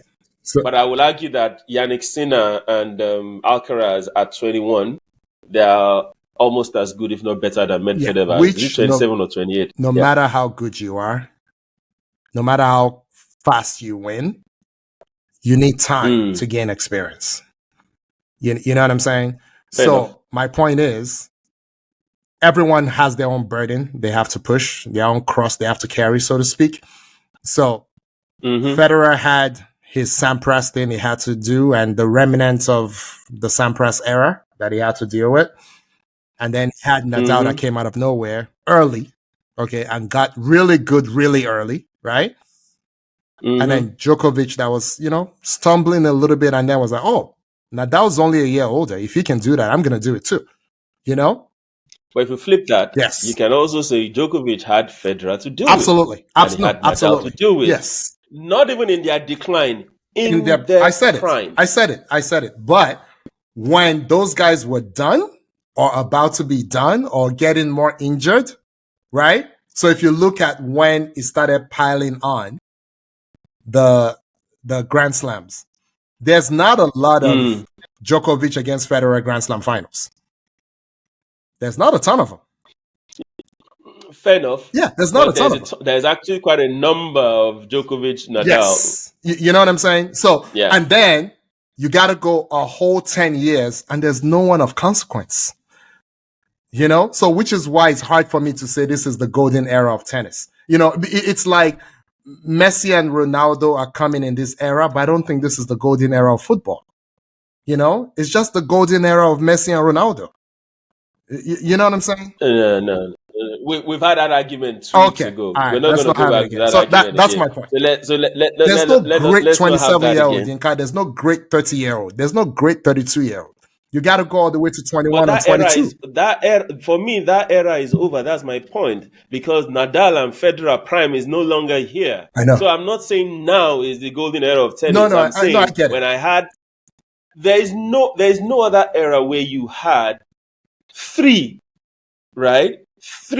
significant considerations in Nadal, right, Djokovic, and Federer, and their prime is around the same. I know, and then there's nothing behind the same them. Period. There's nothing behind them. There's nothing. Exactly. There's nothing behind them. Nothing behind them. Anyway, so for me, I get your take. Yeah, so that's why they're rapid. That's why they won 24, 22, and 20. Because there's nothing. They're just beating up on each other. There's nothing behind them. And but Akin, that's the point. What if? Have you imagined if Nadal and Djokovic did not exist and it was only Federer? Federer would have had 70. Yeah, because there's nobody else. 70 or 100. Would have had 100. Or flip that for Nadal and Djokovic. They would have finished the pack completely. Yeah. People would have been discouraged. People would have been. Wawrinka that wants to hold them. All right. Anyway. Okay. So let's quickly run through what they mentioned. Okay. It's going to be a very, very, how do I put it? Lightning round. What do you call it? Let's do it. Lightning round. Lightning round. So why don't we take it one? Let's take it one. Exactly. You start with the first one. Lee Carsley was appointed England interim manager. Yinka, go. So I predicted this a couple of weeks back, right? I'm happy. This is a good point. This is the first thing the English national team or those in charge. This is the first good decision in a very, very long time, right? Lee Carsley knows the young boys. Harvey Elliott, the Arsenal boy, Emil Smith Rowe. Those are the boys that won. Cole Palmer and the rest of them. He won the under 21. Was it under 21? Yeah, tournament with them. So this is good in him ushering in the new boys and creating a new team. So good decision. I'm happy with this. Akin, next one. Okay. Luol Deng, South Sudan. Okay, so this reminds me a lot of George Weah and the Liberian football national team. Because, they're coming out of a war. The only difference is George Weah was still playing. Luol Deng, because of injuries, hasn't played in a long time. He's still making money, but he's not playing. So South Sudan does not have an indoor basketball court in the whole country. So he's spending his money to fund the entire program. And they went to the Olympics and they won again. So, but I don't think it's sustainable, right? And the same thing with Liberia. So you see, like George Weah did more when he was not president than they've been able to do while he's president. So I feel like it's really hard to build a program. We talked about Nigeria, when this program started. So it's amazing what they've done. I'm really happy for them. Much kudos to Luol Deng for spending his own money. That is hard. I don't care how much money you got. That is hard to do. Because we know a lot of people who do not do it, and coming out of nowhere, making it. There's only 3 African teams that made it, right? Being, making it out there, doing Africa proud, winning a game. I don't know if they'll qualify in 4 years. If I had to guess, my guess is they won't. Because you think they will? Okay, you don't. I think they will. You don't think Nigeria will do something on the men's side? Nah. Okay, we'll see. All right, next one. Paige Beuckers of UConn signed the NIL deal with this new female basketball league called the Unrivals. So Yinka, you want to take that one? Very quick one. This is quite unique because something like this hasn't happened before. And you mentioned that competition for the WNBA is needed. Yeah. The Unrivals could be a good one.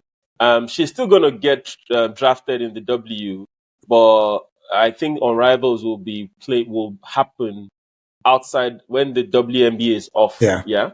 So instead of people traveling to Russia, traveling to wherever to go play, they probably play Unrivals. The basketball is different. It's not 5-on-5, and there are some new rules. Yeah. And they have some sponsorship already, and they have people pumping money into it.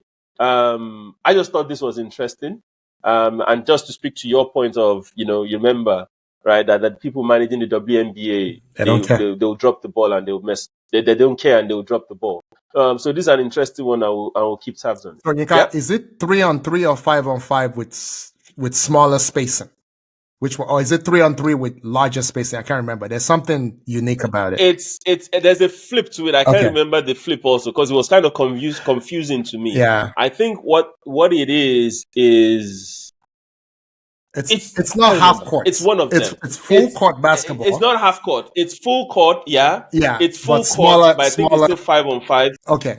Yeah, I think it might be 3-on-3 on a smaller court, so you have more room or something like that. But anyway, we can look into it and talk about it next Something week. ridiculous. All right. We'll talk about it next week. Yeah. Yinka, so what's next? Transfer season is upon us. I think we should focus. Okay, so one, I opened this by saying I'm in mourning because of Nigeria. I'm still in mourning because of Emile Smith-Rowe.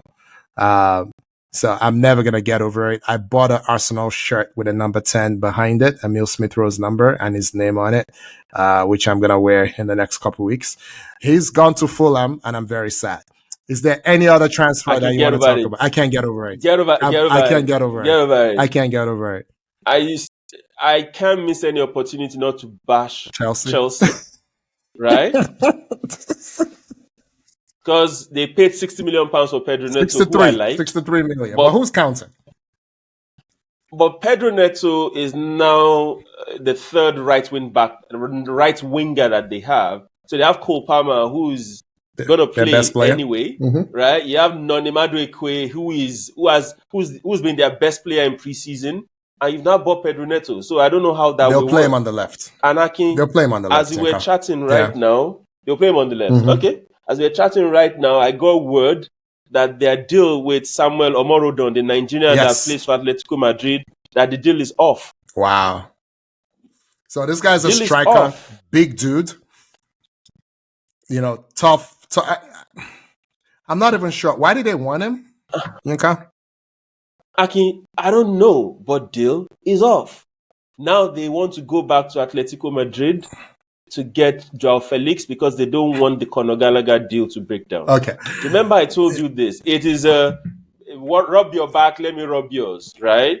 This is Chelsea and Atletico trying to hoodwink the PNS rule, right? Yeah. So they are giving them Gallagher at an inflated rate and they are getting Samuel Omorodon at an inflated rate, 35 million for the guy barely kicked the ball at the Olympics. He just won gold medal. I know. He didn't play. He was on the bench. You're paying £35 million for him. Come on, man. So unlike you, I like Gallagher. I think there's nothing wrong in not being world class. He's a serious professional. He's not world class, but that's okay. And for me, he's a Diego Simeone kind of player. So I actually think that, and I think young English players should move abroad when they have the opportunity. So I think he will be a better tactically switched on midfielder going forward. I don't care about England, but I think he will be good for England, in my opinion. Akin, I just don't know. I don't know what Chelsea's doing. That's all. I don't know what they're doing. Before we move on from transfers, will they get Osimhen? What's going on with Osimhen? We should talk about that. Nobody wants Osimhen. Why doesn't anyone want Osimhen? Because of the Finidi outburst. You think that's what it is? You really think everybody didn't? Of course, that's what it is.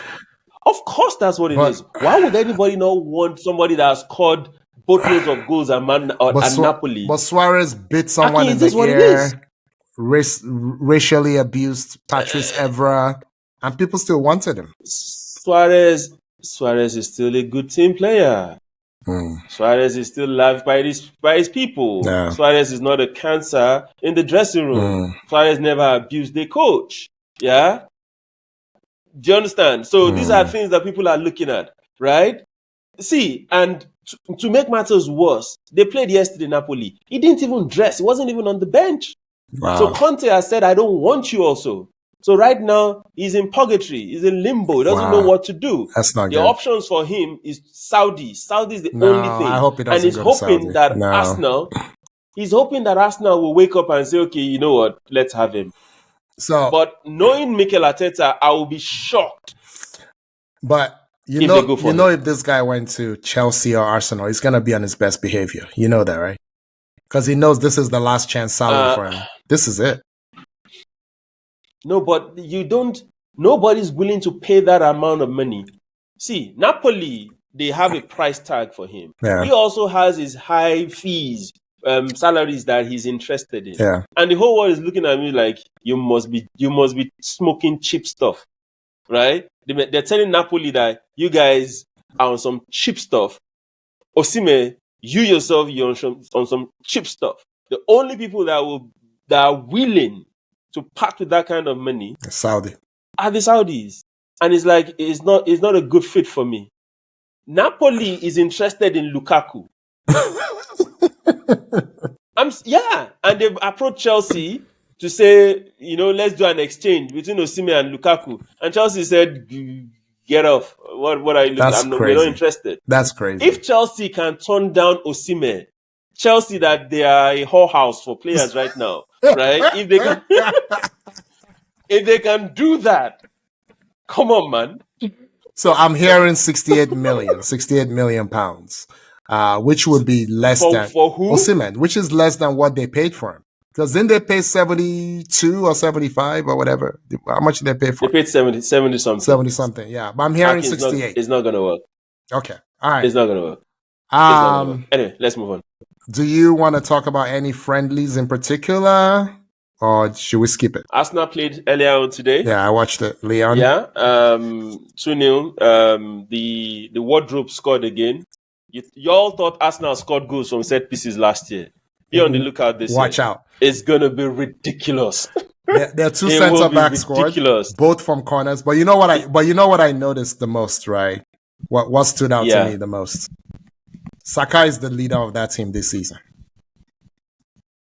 He's a completely new man, which is crazy. I'm like, he and Rice, actually, because it's like they came back from the Euros with a chip on their shoulder. And then three times, Saka doesn't use his head.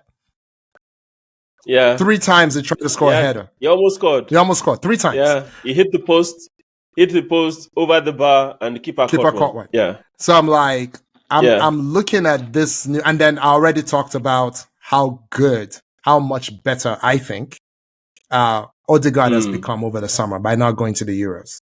So for me, as an Arsenal fan, I love the fact that the ones who stayed home are going to be different. The ones who went away are coming back angry and possessed. I think we're going to win the league, but that's just me. Okay, if you say so. I do say so. Quick one, charity, community shield. I didn't watch it. United, City beat United on penalties. Good game. Okay, I didn't watch it. Watch out for Oscar Bob. City have another fantastic player on their hands. That boy is an absolutely decent footballer. He's young. He's a black boy. I don't even know how old he is. I think he's 18 or 19 or so. He's young. So very good footballer. We didn't talk about Alvarez. Alvarez is leaving for 95 million and going to Atletico. Not the most prolific. Not really a number 9. He's like a 9.5, a modern 9.5. He played most of his minutes last season, filling in for De Bruyne, right? But 95 million is a lot of money. I think they paid 14 or 19 for him. I can't remember. 95. Where is Atletico getting all this money from? So see, all this is just round tripping. Oh my right? God. They're getting rid of Omorodion, right? So to bring in Alvarez, there are some other people they'll get rid of. Yeah. It's just round tripping. They're just balancing the books, and they're getting a decent player. And he also doesn't wanna. He wants to be the man, the number one player, and he wants to be the man. Yeah. Right now, City now have money. They had money before, now they have more money, and they need to get a deputy striker for Haaland. So City, watch out for City in the markets in the last weeks of the transfer window. They need to get someone. Okay. They need to get someone. Yeah. All right, Yinka, do your donkey of the week, and then we can wrap. I'll make it very, very fast. We already talked about Noah Lyles and his COVID BS, right? That's just is ridiculous. Ridiculous. That's number one nominee. And number two nominee, I told Onana not to do this stuff anymore. He's not listening to me. He still did the same move here, play the ball here, Community Shield penalty shootout with Haaland, right? And Haaland scored, and it looks foolish. It looks foolish. Can somebody please? God. Anyway. But donkey of the week, right? It has to be Noah Lyles, and that whole setup is just don't run, don't. No, don't come and tell me after the fact that, the only reason why I got bronze is because I had COVID. Come on, man. You shouldn't even be on the track to start with if you had COVID. Yeah? I think he's just trying to is a face-saving tactic. I'm happy he's all right? But it was just face-saving tactics. That's what it seems like to me. I smell the doo-doo. It's complete BS. Anyway, so Noah Lyles, you're my donkey of the week. Please don't do this again. Thank you. Oh, he will. You wanna? So there's a Noah Lyles story that I just saw. So I'm just gonna read it. This supposedly came from him. When Lyles was negotiating an Adidas contract extension last year, the company, he says, threw him what he thought was a bone. Adidas invited him to the shoe release event for Anthony Edwards, the rising Timberwolves star who's got plenty of talent, but unlike Lyles, isn't a 6-time world champ. Lyles apparently said, "You want to do what? You want to invite me to an event for a man who has not even been to an NBA Finals in a sport that you don't even care about?" This is Adidas. They don't really care about basketball. "And you're giving him a shoe? No disrespect. The man is an amazing athlete. He's having a heck of a year. I love that they saw the insight to give him a shoe because they saw that it was going to be big. All I'm asking is, how could you not see that for me?" So there will be more from this. Adidas has declined to respond to the journalist who brought this up, but you haven't heard the last of Noah Lyles, is all I'm saying. I hear you, and based on what you said, I think we can all agree that Tebogo was spot on. Yeah, it was. It was absolutely spot on. Anyway, guys, that's our show for the week. Thank you for hanging out with us. Please continue to subscribe. Tell your friends about us. Smash the like button across all our social media platforms. And please continue to send in your questions. I have a bank of questions that we didn't go through today because we wanted to give Akin time to show his subjectivity or slightly lack of objectivity as it were. But we'll return to your questions next week. Thanks for all the support so far. We really do appreciate it. Akin? Yeah, please like, subscribe, share, and keep sending in those questions. Thank you, everyone. This was a long episode, but hopefully everyone enjoyed it. Thank you, Yinka, and we will see you next week. Bye-bye.